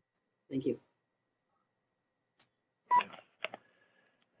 I think in summary, what we're saying is that there can be wild abuses if you don't restrict that from developers. There have been situations where they've even have a development that's in proximity and is not even on the lake, where they've tried to come in and take a private lot and turn it into a full access. So the idea of having limitations and allowing the Planning Commission and the council to have a basis for saying no or negotiating what's reasonable is definitely needed. And Chair, members of the committee, this is Marty. I'd like to correct myself. I thought I had the entire DNR shoreland ordinance memorized, but apparently I do not yet. There is a condition in the model ordinance currently that states the lot must meet the area and width requirements for residential lots. So there is some baseline standard related to controlled access lots. So we can use that as a starting point to then work off of to see what works and are the restrictions enough or is the baseline enough for what the city wants to accomplish. So once we've made that red line ordinance available, you'll be able to see what's in there currently. So I apologize for that mistake. Yeah, Lance Fisher, one other comment on that. If such a lot was included in a development and the proposal was to include a boat launch, given the invasive species issues we have on all the lakes, there should probably be a requirement for some form of monitoring.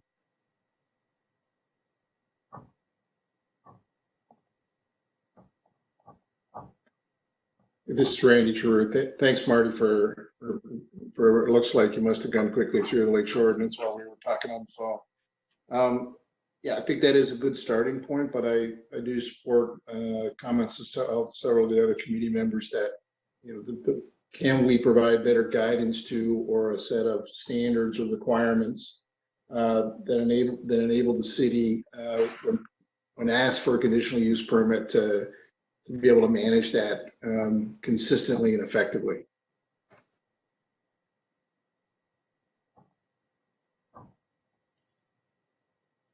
This is Debbie Kraft again. I brains back on, I think, Marty and with the DNR, Marty or Paul, whichever one was speaking.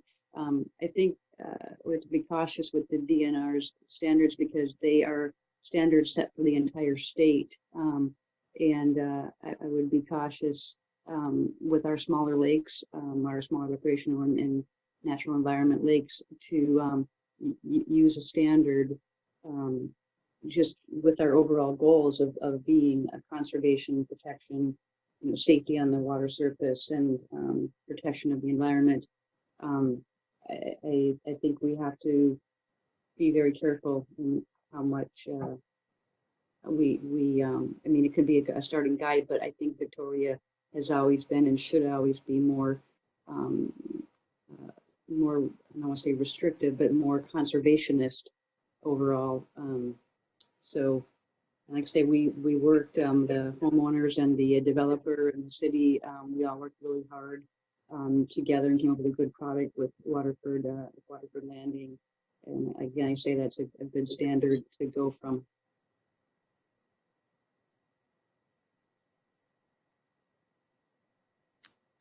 Great. Anything else on this slide, or can we move on?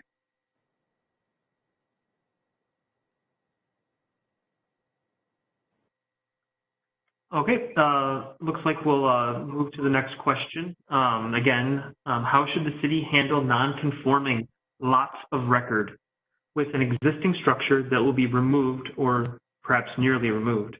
Some comments from the May 5th Commission. There was a desire to provide some flexibility with rebuilds of non-conformance on lots of record through a variance process. Again, that's a variance process. That's a state statutory process that has a number of requirements before one can be granted. And Chair, members of the committee, just for some additional clarification on that, state statute is very prescriptive on what can be rebuilt and how things can rebuilt if a property is damaged or lost.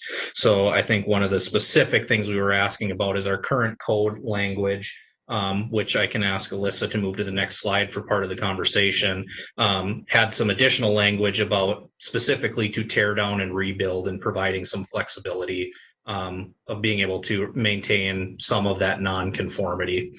So I think that's what we're talking about specifically in this instance. What are the existing limitations? I guess that's what I think. Is that what we're looking at here? This is the current city ordinance requirements for a tear down and rebuild? Correct. Now, is this applicable anywhere? I suppose it only applies to Shoreland because it's 50 feet of the ordinary high water. Well, first of all, I would expect that the setback allowance or variation should be dependent on a couple of factors. One is, what are the adjacent properties? And there's some special considerations for when the adjacent properties are on a non-straight shoreline, but other entities have worked this out before. I think there's ways to get around that. But I think it would be inappropriate to allow a significant rebuild that is much closer to the high water mark than the adjoining properties. So I think that aspect should be factored in. And then the other aspect that I think should be considered here is what type of water body are we talking about?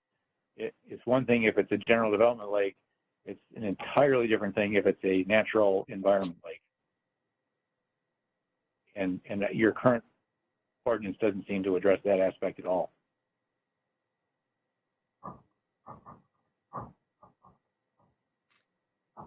I also have a question.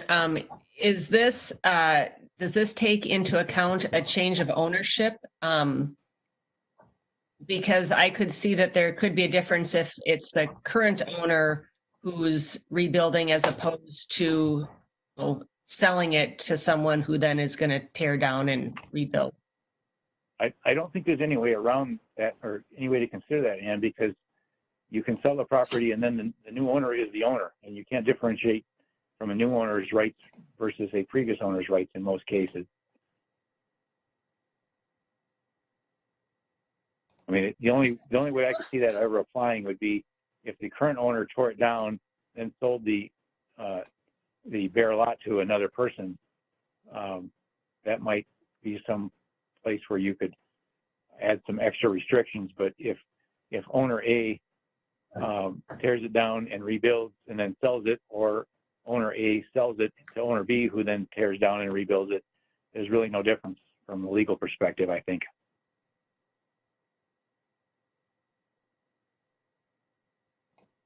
And this is Marty again, not being a lawyer, I believe that to be accurate. Yeah, my legal advice is worth what it costs you. Thanks. Other This thoughts is Dick on, Colley. Okay, this is Dick Colley again. There's another factor here that I don't see rolled in, and that's the actual elevations above the ordinary high water level. So how we handle codes based on where we sit from a FEMA standpoint with the ordinary high water, the setback is one aspect, but the elevation above that ordinary high water is another. All of your watershed district pieces look at that elevation and say, we can't, we have to keep things a couple feet above what the ordinary high water level is. So the ordinary high water level is a milestone that needs to be met. And I don't see anything on elevation in this.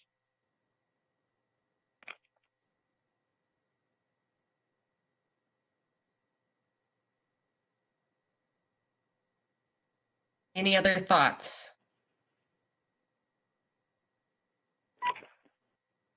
Another factor that comes into those elevations are when it's mandatory to tear them down because they're falling within a floodplain.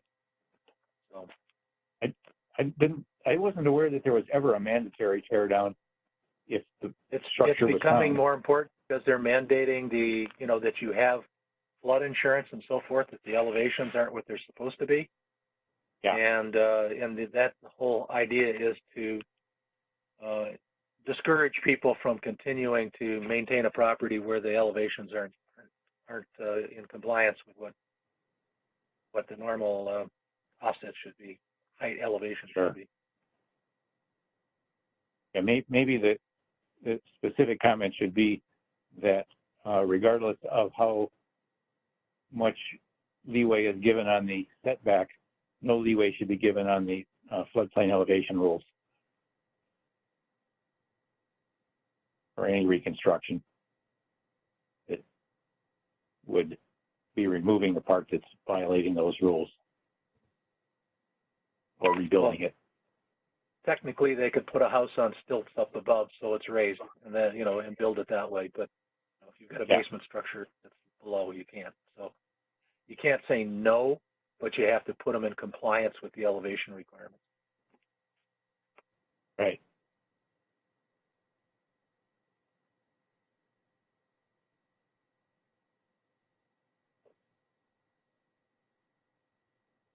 Anyone else?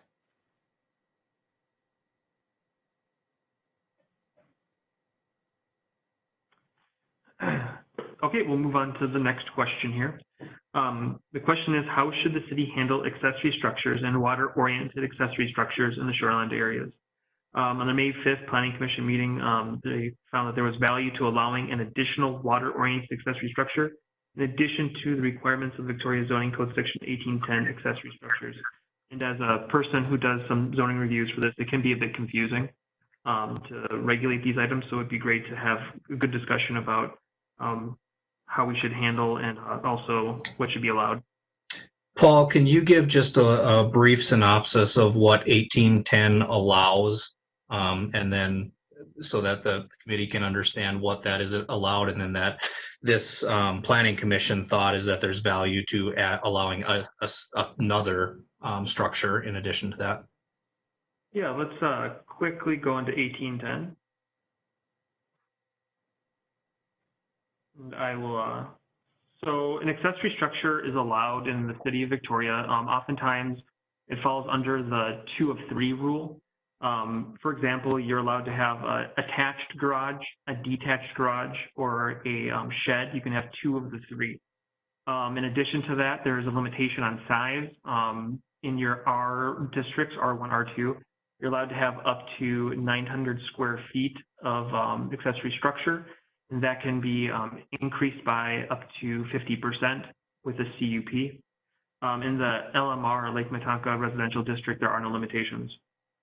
There are a number of different types of items. I won't go into the nitty gritty, but typically it has to be 10 feet away from the principal structure. It has to meet the easement outline of property, so you can't build a structure in easement.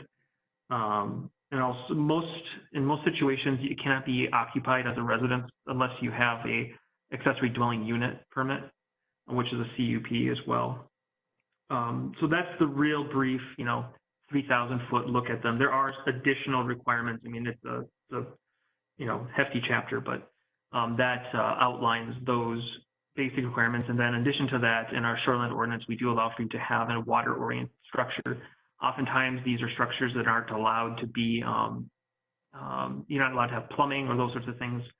It can't be habitable. There's a size limitation. Off the top of my head, I think it's 200 square feet. It can be increased up to 400. I have to maybe confer with the code to get the details, but. Paul, that's correct. The allowed accessory structure is up to 200 square feet, no closer than 10 feet from the ordinary high water line. And then there is an ability to have a structure in our current ordinance as well as the DNR model ordinance of up to 400 square feet. It's somewhat of a strange clause in the model ordinance, as it states that a structure used solely for storage of watercraft and boating related equipment may occupy an area of up to 400 square feet and be considered a water oriented accessory structure. I think I understand the intent that it's meant to be a small garage for some of those structures, but maintenance or enforcement of non-conforming uses when the code is written that way is difficult from an administrative side. Thank you.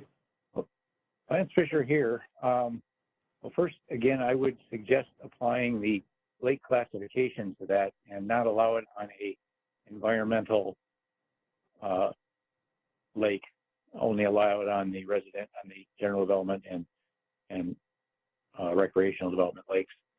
And I also think that the notion of a 400 square foot structure, which is, if it's square, it's 20 by 20 or 15 by 30 or thereabouts, is exceedingly large for a recreational development lake. It might make sense on a general development lake where you've got McMansions, but such a structure is nearly the size of some of the houses that used to surround some of these lakes, and you're talking about it as an accessory structure. So I'd be in favor of limiting that 400 foot extension of the maximum size to general development lakes only, and perhaps not even allowing such a structure on a natural development lake.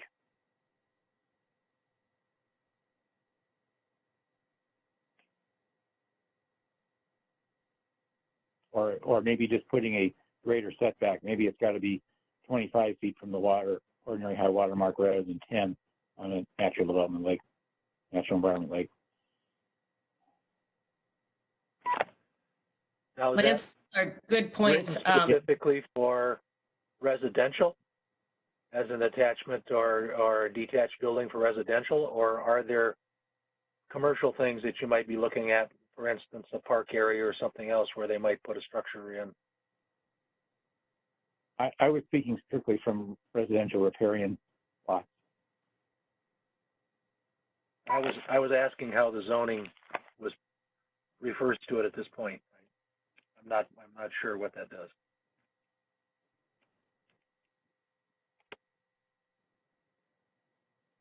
Marty or Paul? Sorry, I was muted. Yes, sorry, just got myself unmuted.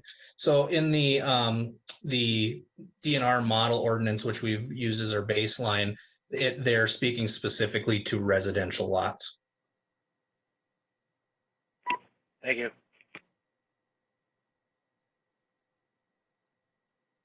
And I do see a need.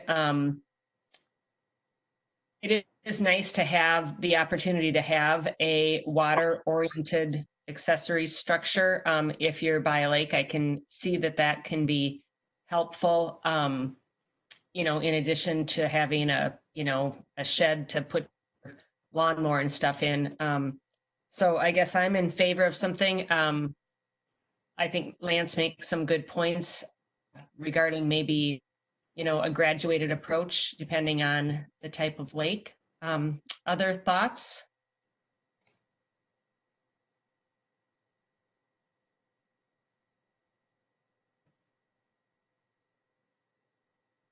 No other thoughts? I guess I have one, Lance again, one other thought. I'm not entirely sure I understand the limitation of plumbing. I do understand the intent to prevent them from becoming a living area. But in general, a lack of facilities for toiletry or even a drink of water or washing hands seems counterproductive. I'm well aware that a significant number of people that use and live around lakes, males particularly, have a tendency to relieve themselves in the woods next to the lake because there is no other option other than climbing a hill. And it seems like potentially having a toilet facility properly done would be better. So but I don't know the reason why they have those restrictions in there now other than to prevent it from becoming a living area, which I would think you could manage without including a sink and a toilet. Committee member chairs, the Planning Commission had a similar discussion about that and thought there would potentially be some value to allowing some plumbing or bathroom facilities as a water-oriented accessory structure. So I'm sure they would be appreciative of your feedback on that item. Right, and this is Paul. Just so the public knows and is clear about this, just in case I get a call tomorrow morning. Section 22.210B 5 requires that water-oriented accessory structures or facilities must not be designed or used for human habitation and must not contain water supply or sewage treatment facilities. So just so the public knows, it's what the rule is now. And so if I get calls, we have. Thank you, Paul. And again, Lance, here, I am not proposing that they relax the limitation of living facilities, just plumbing in a very limited sense. I think that's a good point, Lance. Anything else on this?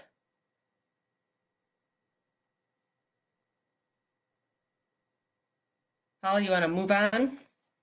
Yep. So this concludes my portion of the question and conversation. I now present Marty to move on to our residential PUDs. Thank you, Paul. Thank you, Chair, members of the committee. So there are a couple of things that I'm going to be presenting here as we go through the second half of this presentation. The first few slides are denoting where there are currently proposed changes in what is in the city's existing ordinance to what is being proposed or being considered as part of the updated ordinance.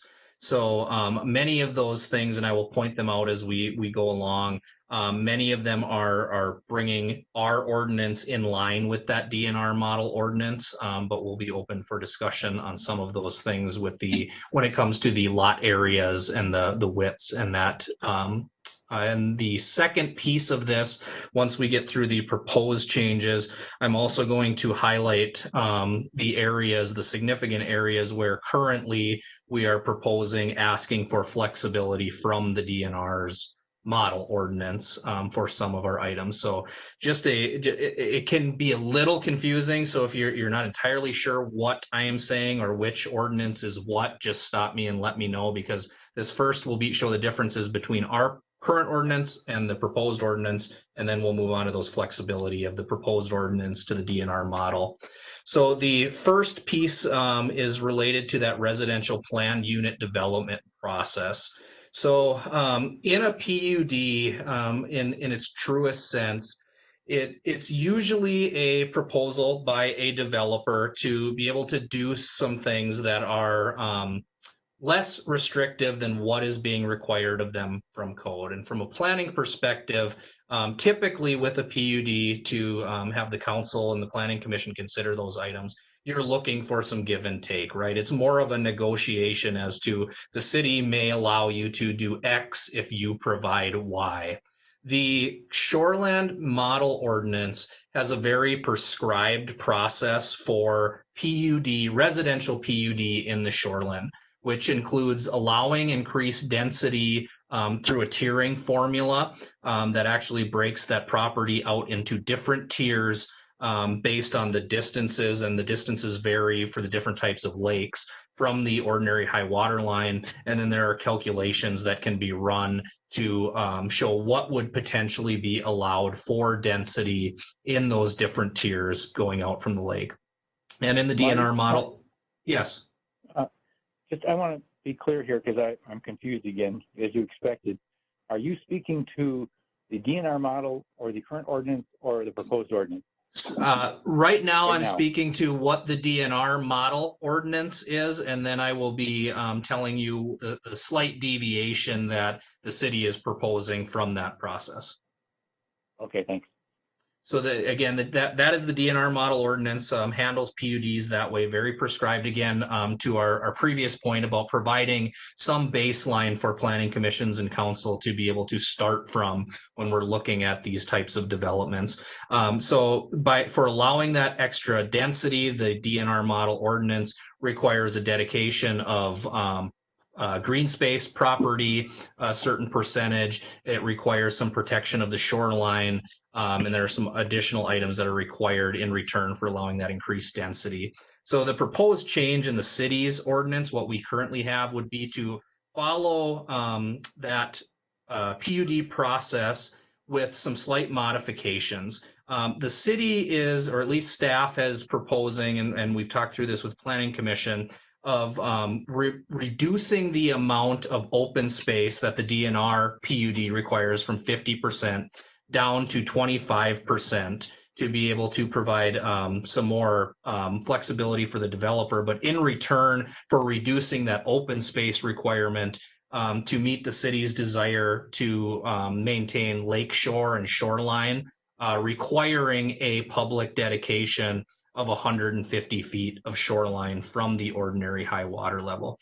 So that we'll actually talk about that again later. That is a flexibility request to reduce the open space requirement from 50% to 25%, and in return require a dedication of 150 feet of shoreline. It is important to note that this is only if the developer were to request a PUD because they are looking to get increased density on a parcel within the shoreland. There would still be straight zoning requirements and standards that we'll talk about in a minute that would allow a developer to still develop riparian lots, still to develop standard non-riparian lots. But this would be kind of the give and take if a developer wanted some increased density, similar to what the Waterford development that we referred to previously. In this situation, if the developer were choosing to go that route, it would require a 150-foot public dedication of that shoreline. Okay, Marty, so I will open this piece up for discussion before I move on. Okay, Marty, just to be clear, when you say 150 feet, do you mean the entire shoreline 150 feet back from the ordinary high water mark along the property? Correct. Or 100, correct. Not 150 foot linear shoreline. Okay.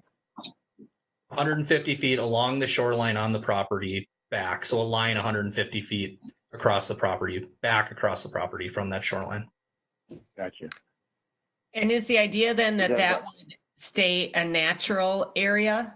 Correct. So this would be the intent would be that's an opportunity to provide some of that shoreline protection.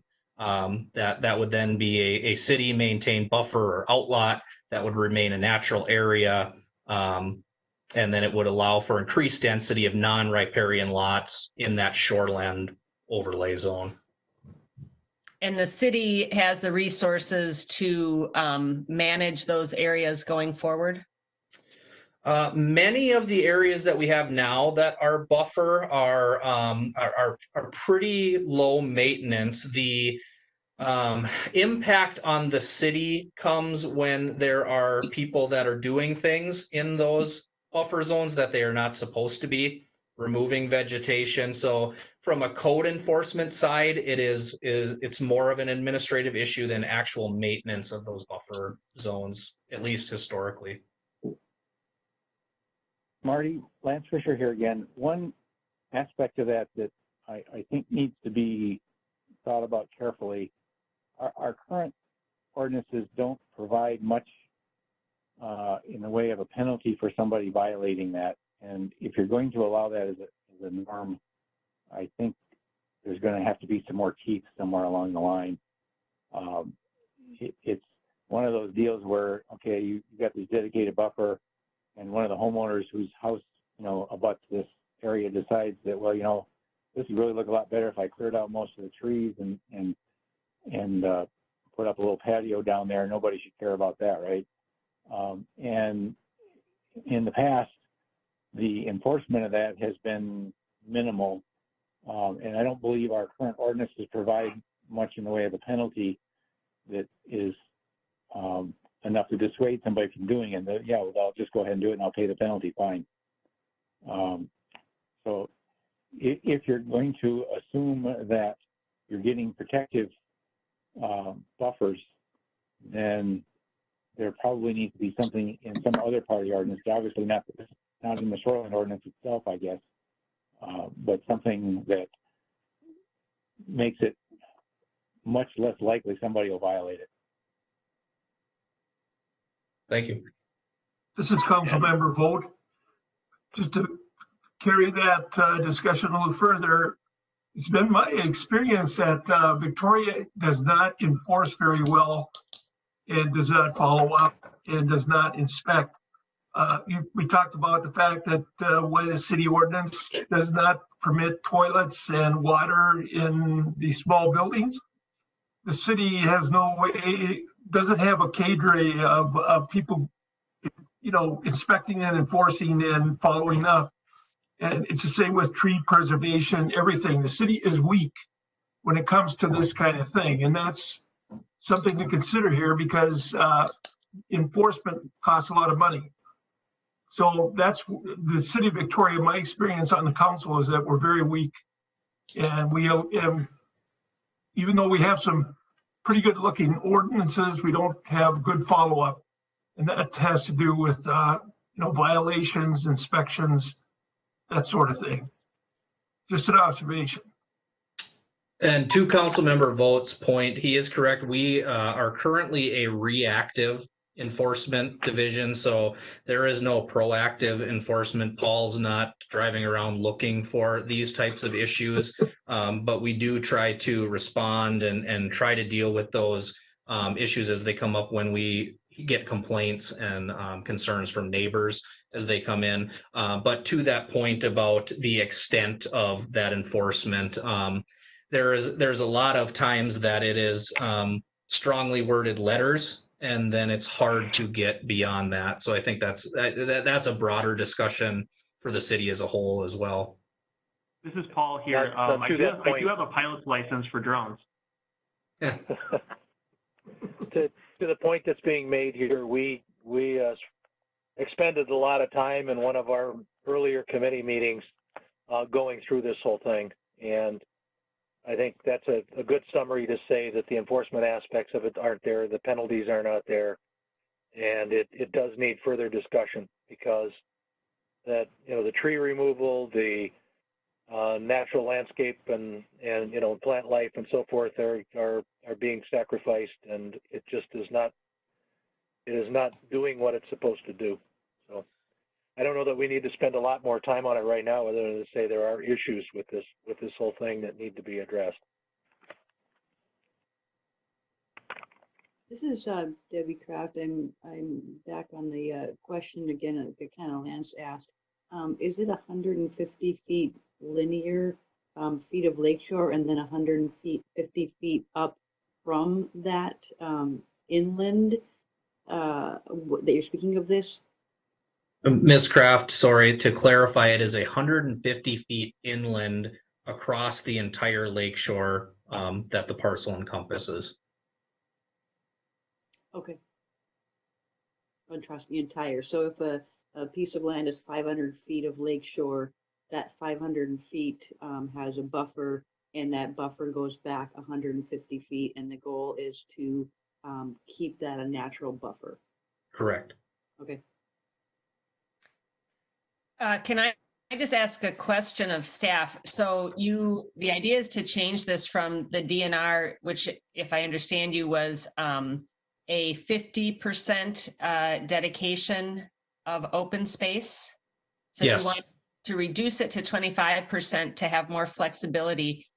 Couldn't you, or I guess, why can't you achieve that flexibility with the 50%?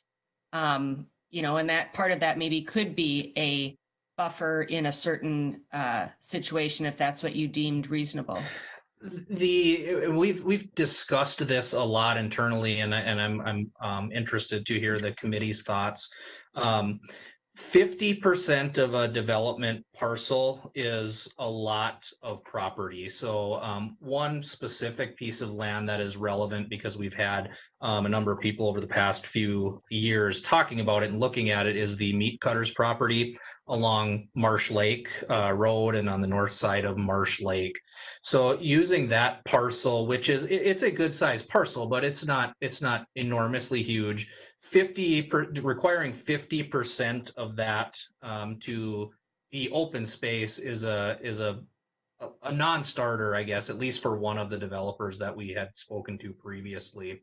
Whereas if a reduction is made to 25% and that shoreline buffer that's dedicated to the city can count towards that 25% of open space, you've now created a situation where you've got some shoreline protection, you've got natural planting and area up to that shoreline to help reduce runoff, and it's not as big of a bite for someone who may want to develop a property. So that is the mindset that we've taken when we've looked at that. But again, absolutely interested and open to any feedback on that.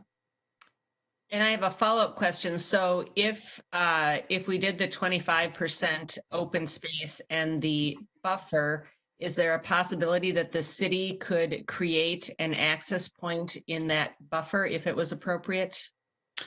I suppose that would always be a possibility, yes, because it would be publicly dedicated, so it would be city owned. So that would always be a possibility if it made sense and went through a appropriate review and people thought it was a good idea.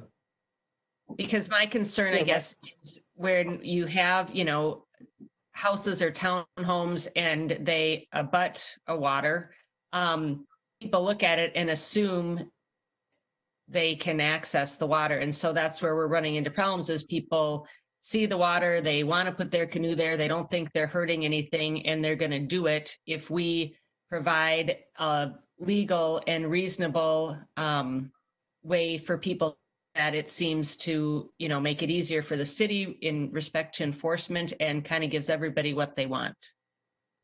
And Lance here, are you thinking in terms of providing a means for the developer to establish an access for the development or an access for the general public in that buffer?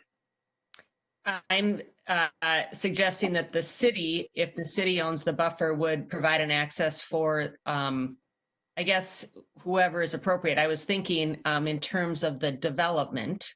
It just seems that it's putting a strip of land between, houses and a body of water is asking for a problem.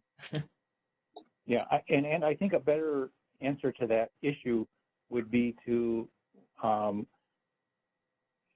allow the developer to set aside a small portion of that buffer zone of the shoreline, or a 20-foot strip or whatever, and maybe you limit it to no more than 10% of the available shoreline or something, but for the use of the homeowners in the development for compatible purposes.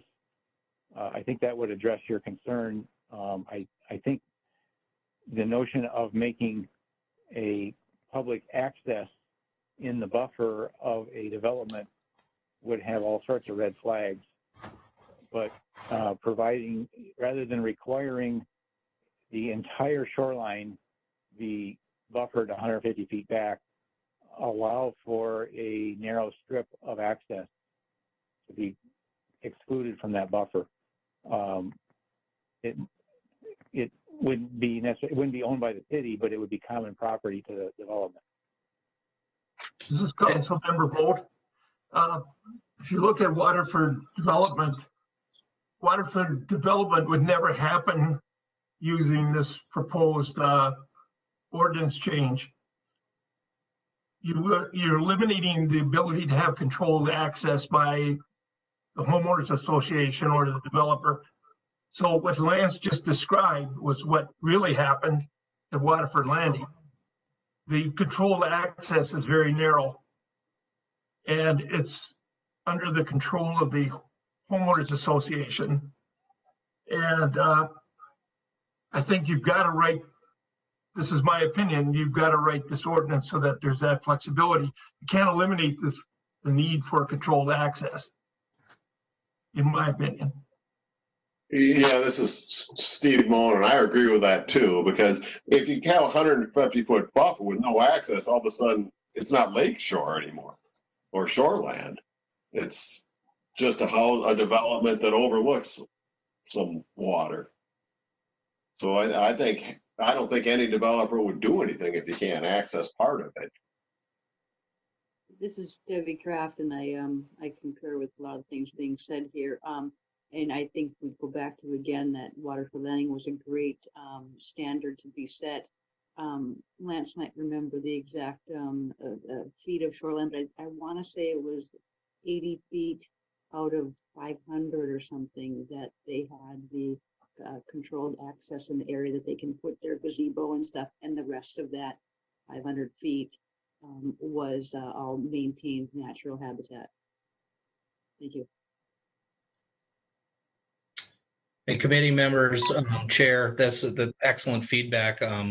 We'll certainly take this back to the Planning Commission. Maybe there is some sort of compromise solution that comes out of that would allow a portion or a parcel to provide that access as part of a controlled access situation. And just to go back to the previous question about whether or not the city would allow an access on the city's buffer, I don't want to speak for any of the decision makers, but I believe that if the city were to provide a public access, it would likely be for public and not necessarily just for those non-riparian homeowners. I think would probably be the approach in that situation, that it would be a true public access. This is Dick. I think there's a real problem with looking at it as a public access. The idea of being able to have an area where they might be able to have picnic tables and in a piece that way, so that they actually could enjoy the lake, but not bring in boats and other pieces, might be is another aspect of what do you do along the shoreline that's allowable. And not all of that needs to be a boat access. It could well be a place just for people to come down and sit and enjoy the view. I agree, Dick. Lance here, but I wanted to make sure that whatever is allowed there, the area that it's allowed in is relatively constrained. I don't think this is what you intended, but if you wrap your words around something, you might come up with the idea that, well, yeah, it's okay to have picnic tables in the buffer area, so then everybody's going to have their own picnic table and fire pits and basically treat it like their lakeshore. I agree with constrained. So it should be a constrained area for whatever activities are allowed.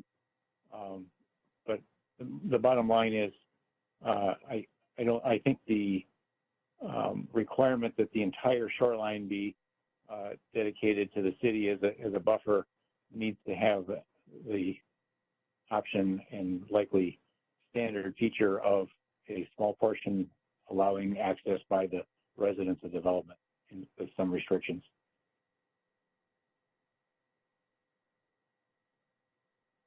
Good feedback. Thank you. Councilmember Vogt again. What's the purpose of dedicating the 150 feet or whatever it is to the city. What's wrong with just leaving it in the hands of the homeowners association? Because one of the problems you have with the city owning the property is the city can do anything with it over the course of time. Well, And I'd be worried about it if I was living in the association.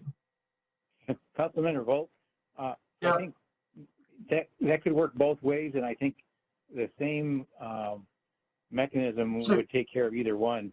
One is if it is owned by the city, as part of the developer's agreement, giving that up to the city, there could be some constraints on what the city could do with it, and those constraints should be pretty conservative.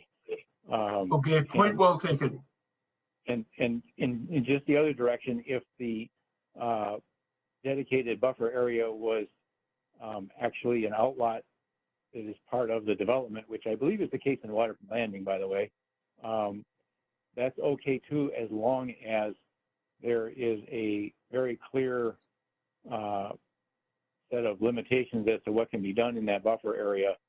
It's not up to the whims of the homeowners association to decide that, well, you know, last year it was natural vegetation, but this year it's going to be mowed lawn. You used to be able to put covenants on it so that you could control it that way. I'm not sure that you can do that long term anymore. Yeah, my preference would be to let it be owned by the city with constraints. In other words, with rights that the property owners have that limits the city's ability to use it for whatever they want. It would be just specific things they could do. But I think it's okay if it's a homeowners association ownership, as long as there is a means of enforcing any constraints that the city put on the use of that buffer zone.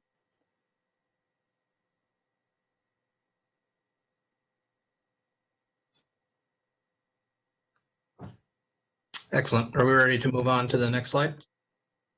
I got one last thing, Lance Fisher again, to say about the residential PUD reduce or increase in density. If that also includes a increase in impervious surface, I want to make the same point here that I did about the commercial development areas. I believe that should trigger the need for more extensive runoff control than would otherwise be required. Because of the concentrated area of impervious surface, you're going to have a bigger runoff problem than you would have if it was a distributed amount of impervious surface at the same percentage. And in this case, you probably are talking about an increase in the percentage of the surface is impervious as well as a concentration. So I think there should be some language in here that speaks to the need for a more rigorous control of runoff in the case of this reduction in, or this increased density in return for a buffer.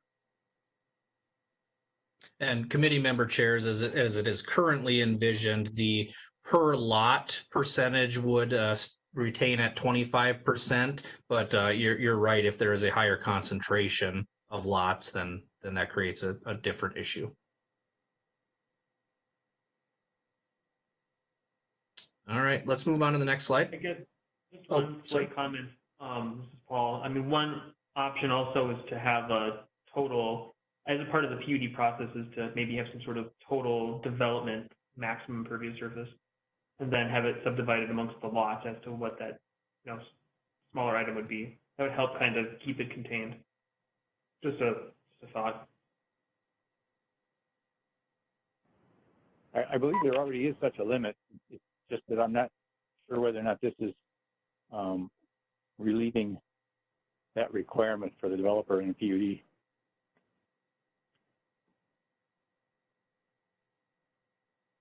All right, let's move to the next slide. I have a quick If I question. may ask before you start, how many more slides do we have? I'm just looking at it from a management of time perspective. Yeah, I've got probably a dozen left, but I don't know that all of them will require as much discussion. So I'm confused. one thing that's a little confusing here is I'm looking at the agenda statement that you sent or somebody sent along with the agenda. And under the specific proposed changes to the shoreline ordinance, there's the changes to the residential PUD and then reduction in lot sizes for natural environment lakes and ordinary high water line setbacks, et cetera. Yep. And then we get to changes in commercial PUD. Are you just operating on a different order here? We're going to hit all those? Yes, we've got them all included. Okay. The order They are there, and if I don't think I've missed anything in the presentation, but if I have, feel free to call me out on it. Okay. So this is one of those areas that perhaps doesn't need as much discussion because I think we talked about it a lot in those broader questions earlier. But we are requesting or proposing a change from our current ordinance for commercial PUDs to provide a little bit more flexibility to govern those sites through a master site plan that would trigger reviews for things like stormwater management and impervious surface and those types of things versus trying to put in a specific, pick your percentage number of what is required in those types of developments.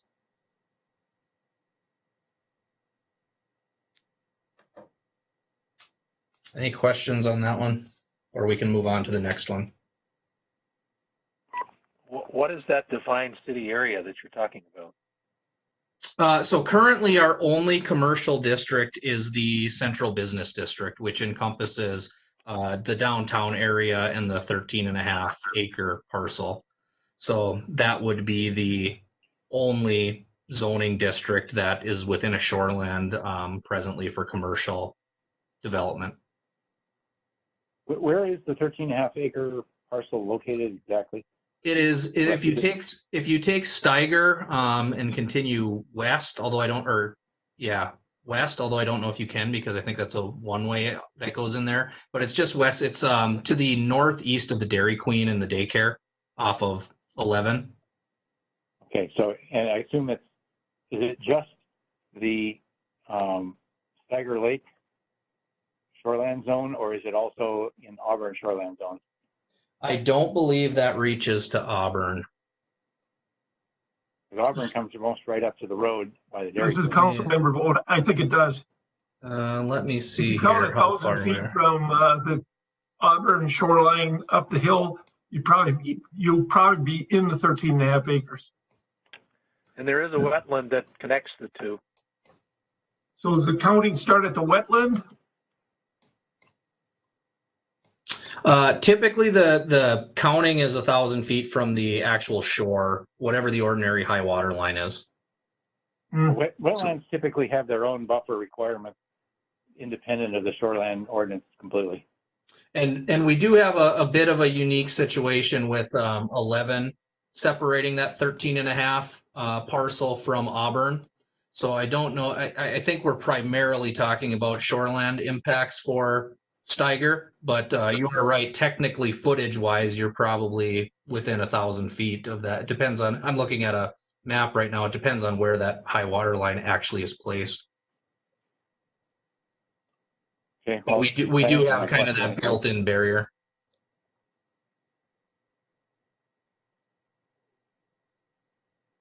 Sorry, did someone have a question?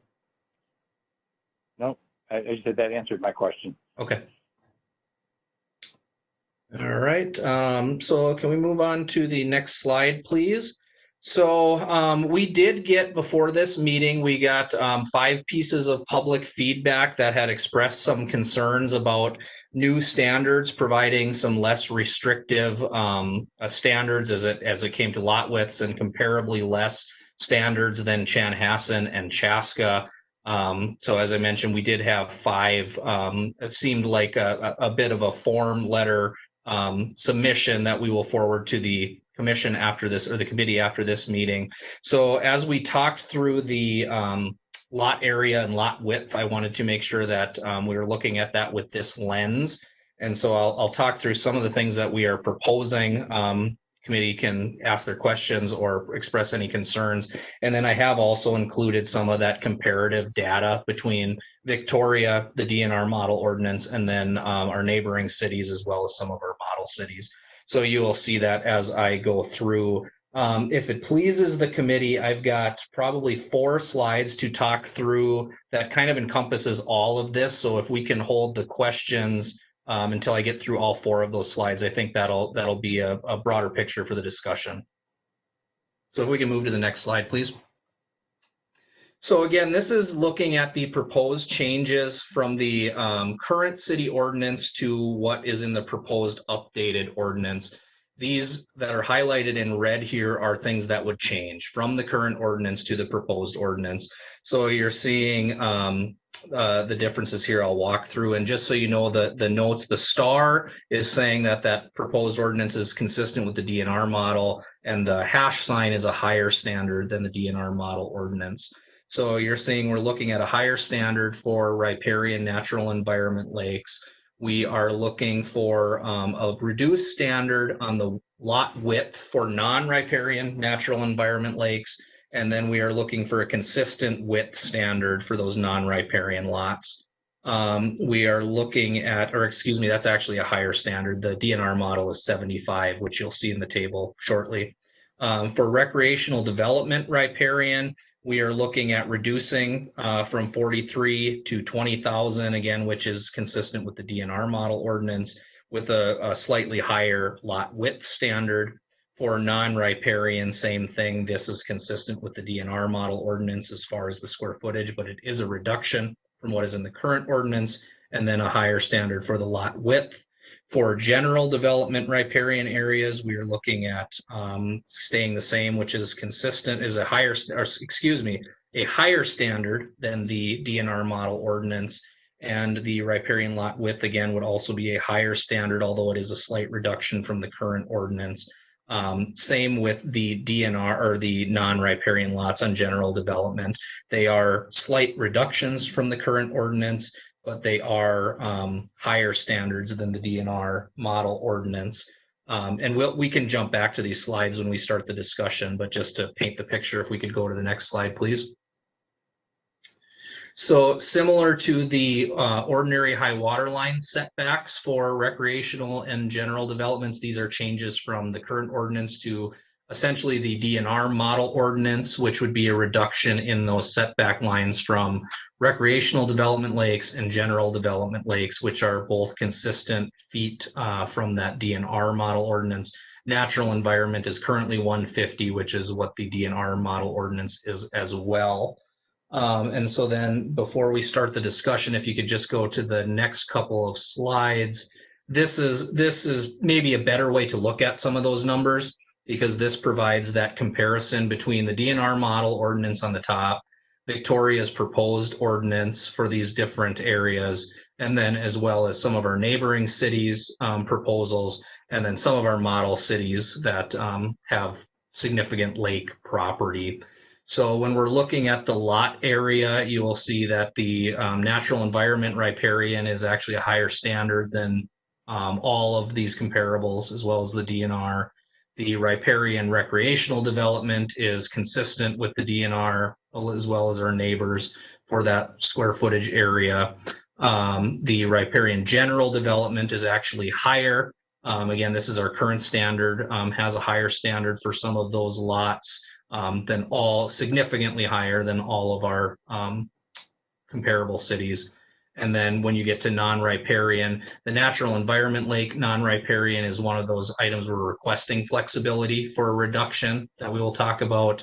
But then non-riparian and recreational and general development are consistent, or in most cases higher than some of these other areas, but you can see the comparison there. So this is lot area. The next slide, please, is I believe lot width, which is showing similar situations, higher standard for natural environment riparian, comparable standards for recreational riparian, higher standards for general development riparian width, this reduced standard for the natural environment, non-riparian, which is a flexibility request, and then a comparable for non-riparian recreation, and general development non-riparian is a higher standard. And then one more slide, I promise, and then you guys get to take over. This shows that ordinary high water line setback for each of the different lakes and how that compares. And for the most part, our neighboring cities and many of our model cities are taking those cues directly from the DNR model ordinance, which is the 150, 75, and 50. So with that, so you guys can start asking questions and we'll jump back and forth between the slides as needed. Questions, committee members? I wish you had the existing Victoria numbers on these slides as well. I know you got it on the very first one, but it's kind of hard to remember all of those. Lance Fisher here, sorry. I have a couple questions. One, why do we want to change the setback? I understand the desire to reduce the lot width requirements, but why change the setback? What's that accomplishing? And committee members, chair, that is absolutely open to changing. It's something the planning commission discussed too. In fact, I have a note that this item requires further planning commission because there was no consensus. I think they were looking to this committee for their feedback on this item as well. So I think it's absolutely valid if it's something that this committee feels is a strong recommendation for the planning commission. I think they would take that. The recommendation feedback. I would make is only allow a reduction in the setback in the case where adjoining properties are already that close. What you got, if you change it from 100 foot to 75 or 50 feet, and you've got properties that were built with the older requirement, all of a sudden this new house goes up, 30, 40 feet closer, it's going to create problems. And it may not be an issue in new development, and maybe that's another escape you could have in there, is if there is no development on both adjacent lots, then they can use the shorter one. But it's in any existing development on the lakeshore, which there are a lot of, arbitrarily shortening the setback requirement from the lake, from the ordinary high water mark, is going to just create havoc with people's views of the lake and views of their neighbors. This is Debbie Kraft, and piggybacking on what Lance said as well. I would say if somebody wants to do something closer to the shore than the current standard is, they would need to request a variance, which would then go in front of a public hearing on the situation. So any adjacent neighbors or anybody else could chime in on if this is a necessary reduction in the standard, which is also a reduction in the protection and conservation of the lake.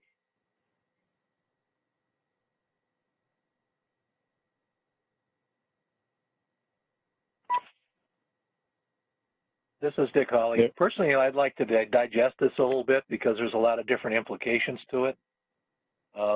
Setback is one. When we're getting into widths and we're looking at reducing them down to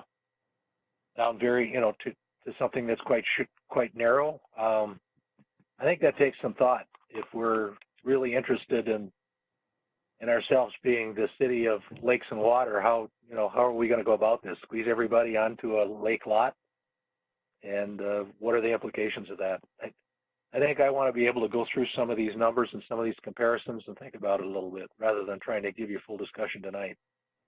Sure, that is fair. And Alyssa or Paul, could we go back to that first slide that shows the comparison from the current ordinance? So we would be talking specifically those reductions from the current ordinance, the most significant being on the recreational development lake. for riparian access would be, I think, the most significant of those that you're referring to. And Marty, this is Ann. I'm curious, what was the rationale for staff to suggest these reductions? So again, I think specifically we know that we have some upcoming development on blanket development that's not currently developed on a number of natural environment lakes. So we were trying to figure out ways that we can provide for some development in those areas that maybe is a little less restrictive, but still keeps the intent and protections that we're looking for. So that is the rationale behind the request for flexibility in the natural environment lake areas. The recreational development areas, it was truly just trying to look to get to more in line with Minnesota DNR model ordinance standards. So I cannot personally say in the 4 months that I've been here what the discussions were previous to that as to what some of that rationale has been, but at least since I've been here, we were looking at this as some of those standards. So again, I think there's flexibility and feedback wanted on these numbers. So echoing Lance's points, would it be possible to, differentiate between existing developments and new developments? I'd be a lot more comfortable, allowing the reduction in new developments. It, as Lance stated, can be a lot more problematic in, existing areas. I think that's fair feedback. And this is Debbie Kraft. I think isn't the whole concept of the PUD process for when you want to change something from the standards that you currently have. So why would these developers not use the PUD process or a variance process and Victoria maintain the high standards that we have? I think even in the DNR's ordinances, they say that many governments may want to require a larger lot size with standards and than those listed, and that is what Victoria is about, is a more conservation, more nature, more protective.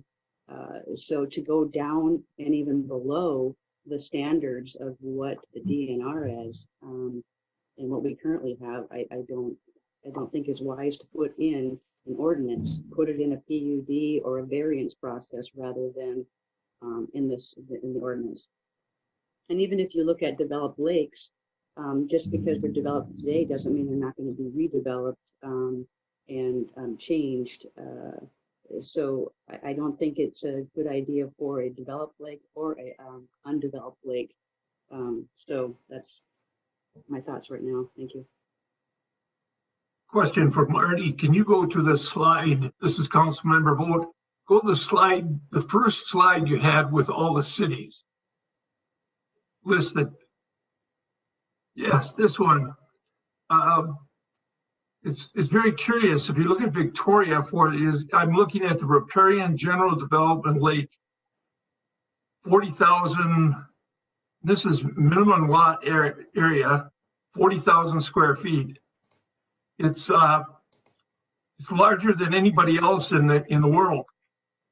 What's going on there? How did you come up with that?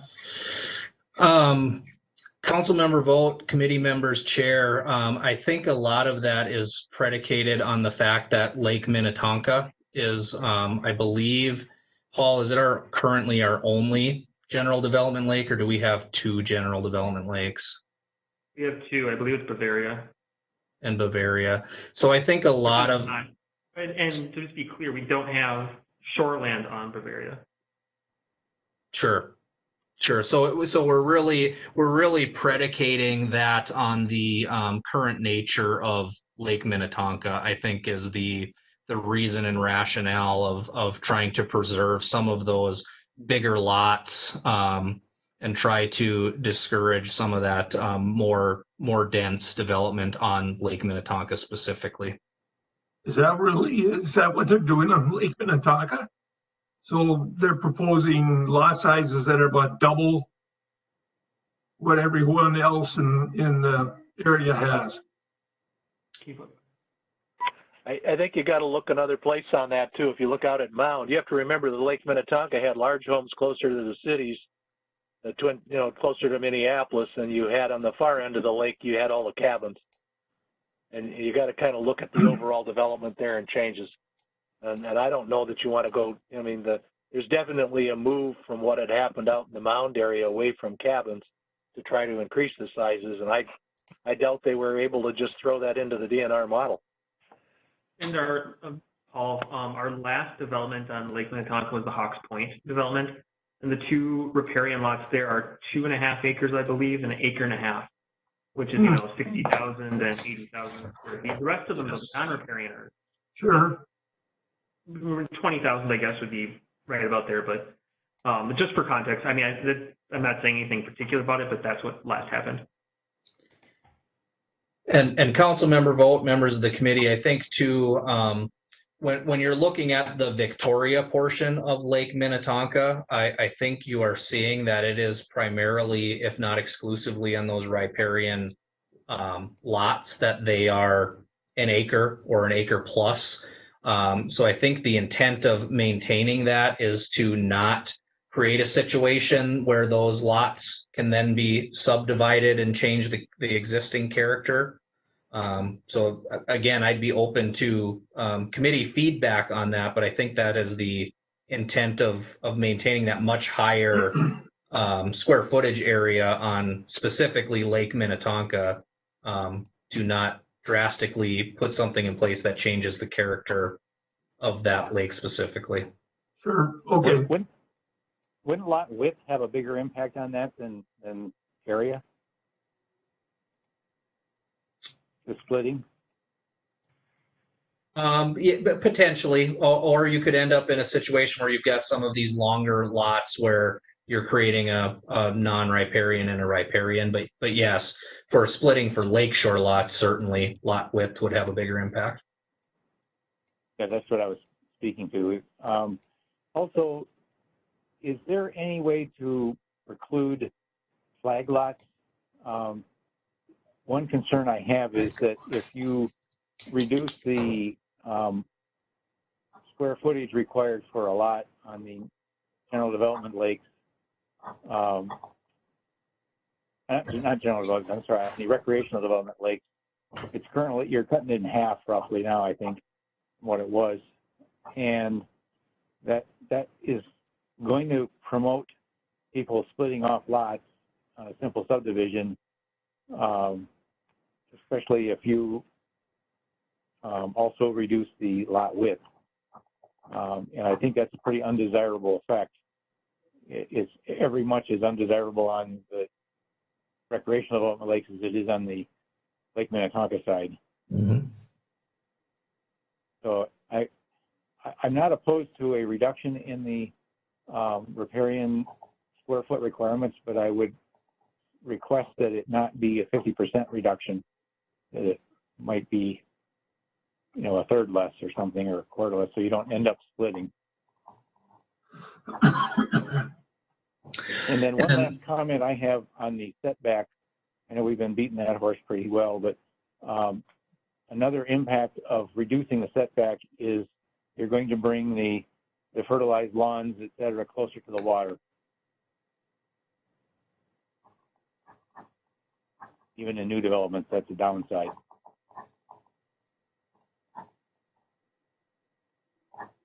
Hi, this is Debbie Kraft again. Yeah, I think that reducing the lot size in the lakeshore, I think it's an extreme amount to go. I think if we're going to make any changes, we should be changing things to make it more protective, not less protective. And to go from 125 feet to 80 feet is a large reduction, and to go from 1 acre to 1/2 acre is a large reduction. As I kind of referred to before in the DNR's shoreline ordinance guidelines, they say that larger lots reduce density and risk of surface water use, overcrowding, and preserve lakeshore character. It's better for the environment. There's less impervious or less impervious surface. Everything about maintaining our standards is consistent with Victoria being what it was created and is currently and should be in the future, a very conservation environment. So, and the DNR also refers to the showcase communities, and Victoria could be that, but changing to these, in my opinion, very extreme standards, very less of what Victoria is, doesn't make us a showcase community in any way. I think it's a big mistake to reduce the lot sizes and the shoreline at all, and particularly by as much as they are. I think if you want to get those things solved from a developer's perspective, it seems like that's the reason you're saying you want to make these changes, is to help developers. Then those things should be done in the variance and PDD process, not drastically changing the ordinances. Thank you.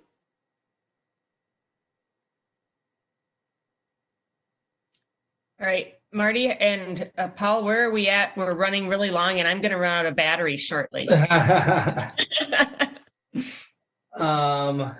think if we are done with questions there, I think we already talked about the flexibility request.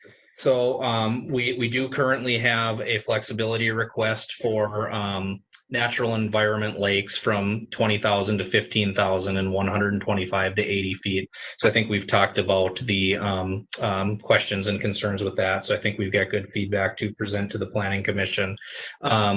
This flexibility request is really to avoid, again, a lot of non-conformities. The city's current ordinance allows residential housing up to 35 feet. The DNR model ordinance is 25 feet. So we're requesting the DNR to allow us some flexibility to keep that at 35 feet and not create those non-conforming situations. We've talked about in the PUD process our proposal to reduce the open space requirement from 50% to 25% open space. So we've gotten some feedback on that. And then we have also talked about the commercial planned unit development process and that flexibility request. And then I think we've talked about the lot areas and widths and where we're looking at higher standards than the DNR current standards, and that one instance of requesting flexibility for a lower standard. So I think we've covered and discussed everything that I was hoping to get through tonight. So remind me, you said the next opportunity to talk about this is June 2nd? Yes, so there will be, we are taking this to the Planning Commission on May 19th, so next week's meeting. We'll be taking some of the feedback that they provided. We will be taking all of this feedback that you all provided to their discussion, and we will be making, as part of that packet that will hopefully get out tomorrow, the draft red line ordinance, so you all can take a look at that.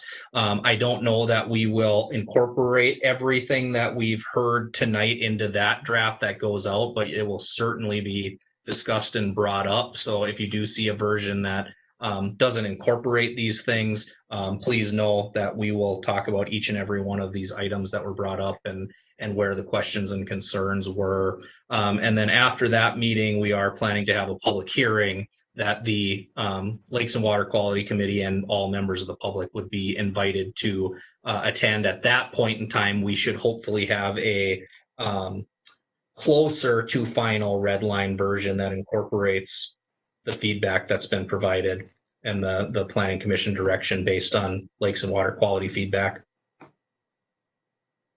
And Lance here.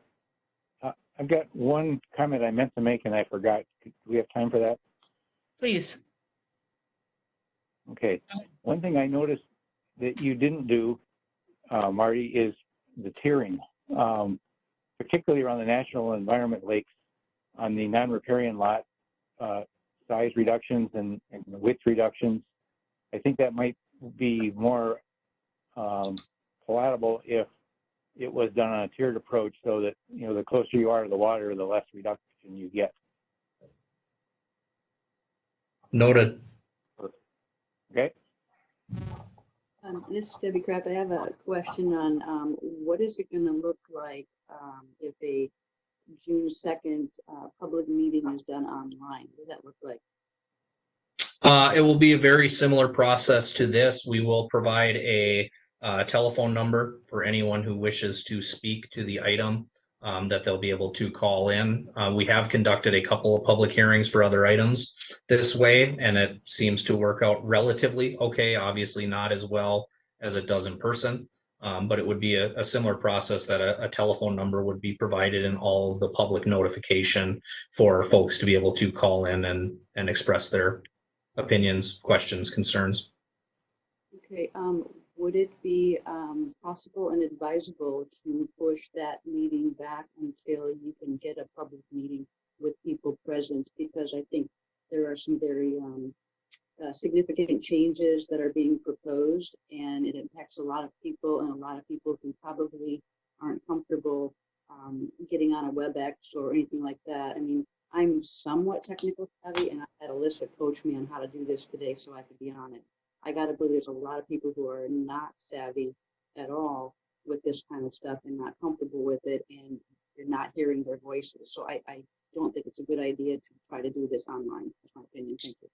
Certainly, and committee members, Chair, I do have that on my extensive list of feedback for the Planning Commission to consider on whether or not that public hearing should continue as scheduled or be delayed. And Marty, this is Ann. I have been involved in a couple different public hearings for the Lake Minnetonka Conservation District, and we have done them over Zoom. And you're right, Debbie, it's not quite the same as being in person, but people have kind of figured it out. And I do feel like we were able to hear the comments of people. If staff does a good job and lets people know about the hearing, people who maybe aren't, able or interested in participating online. In our case with the LMCD, they were able to submit questions that staff was able to read and respond to. So I think there are lots of ways for the public to be a part of even a virtual meeting. Thanks, Ann. Is there a sense of urgency that would preclude us from pushing it back a month?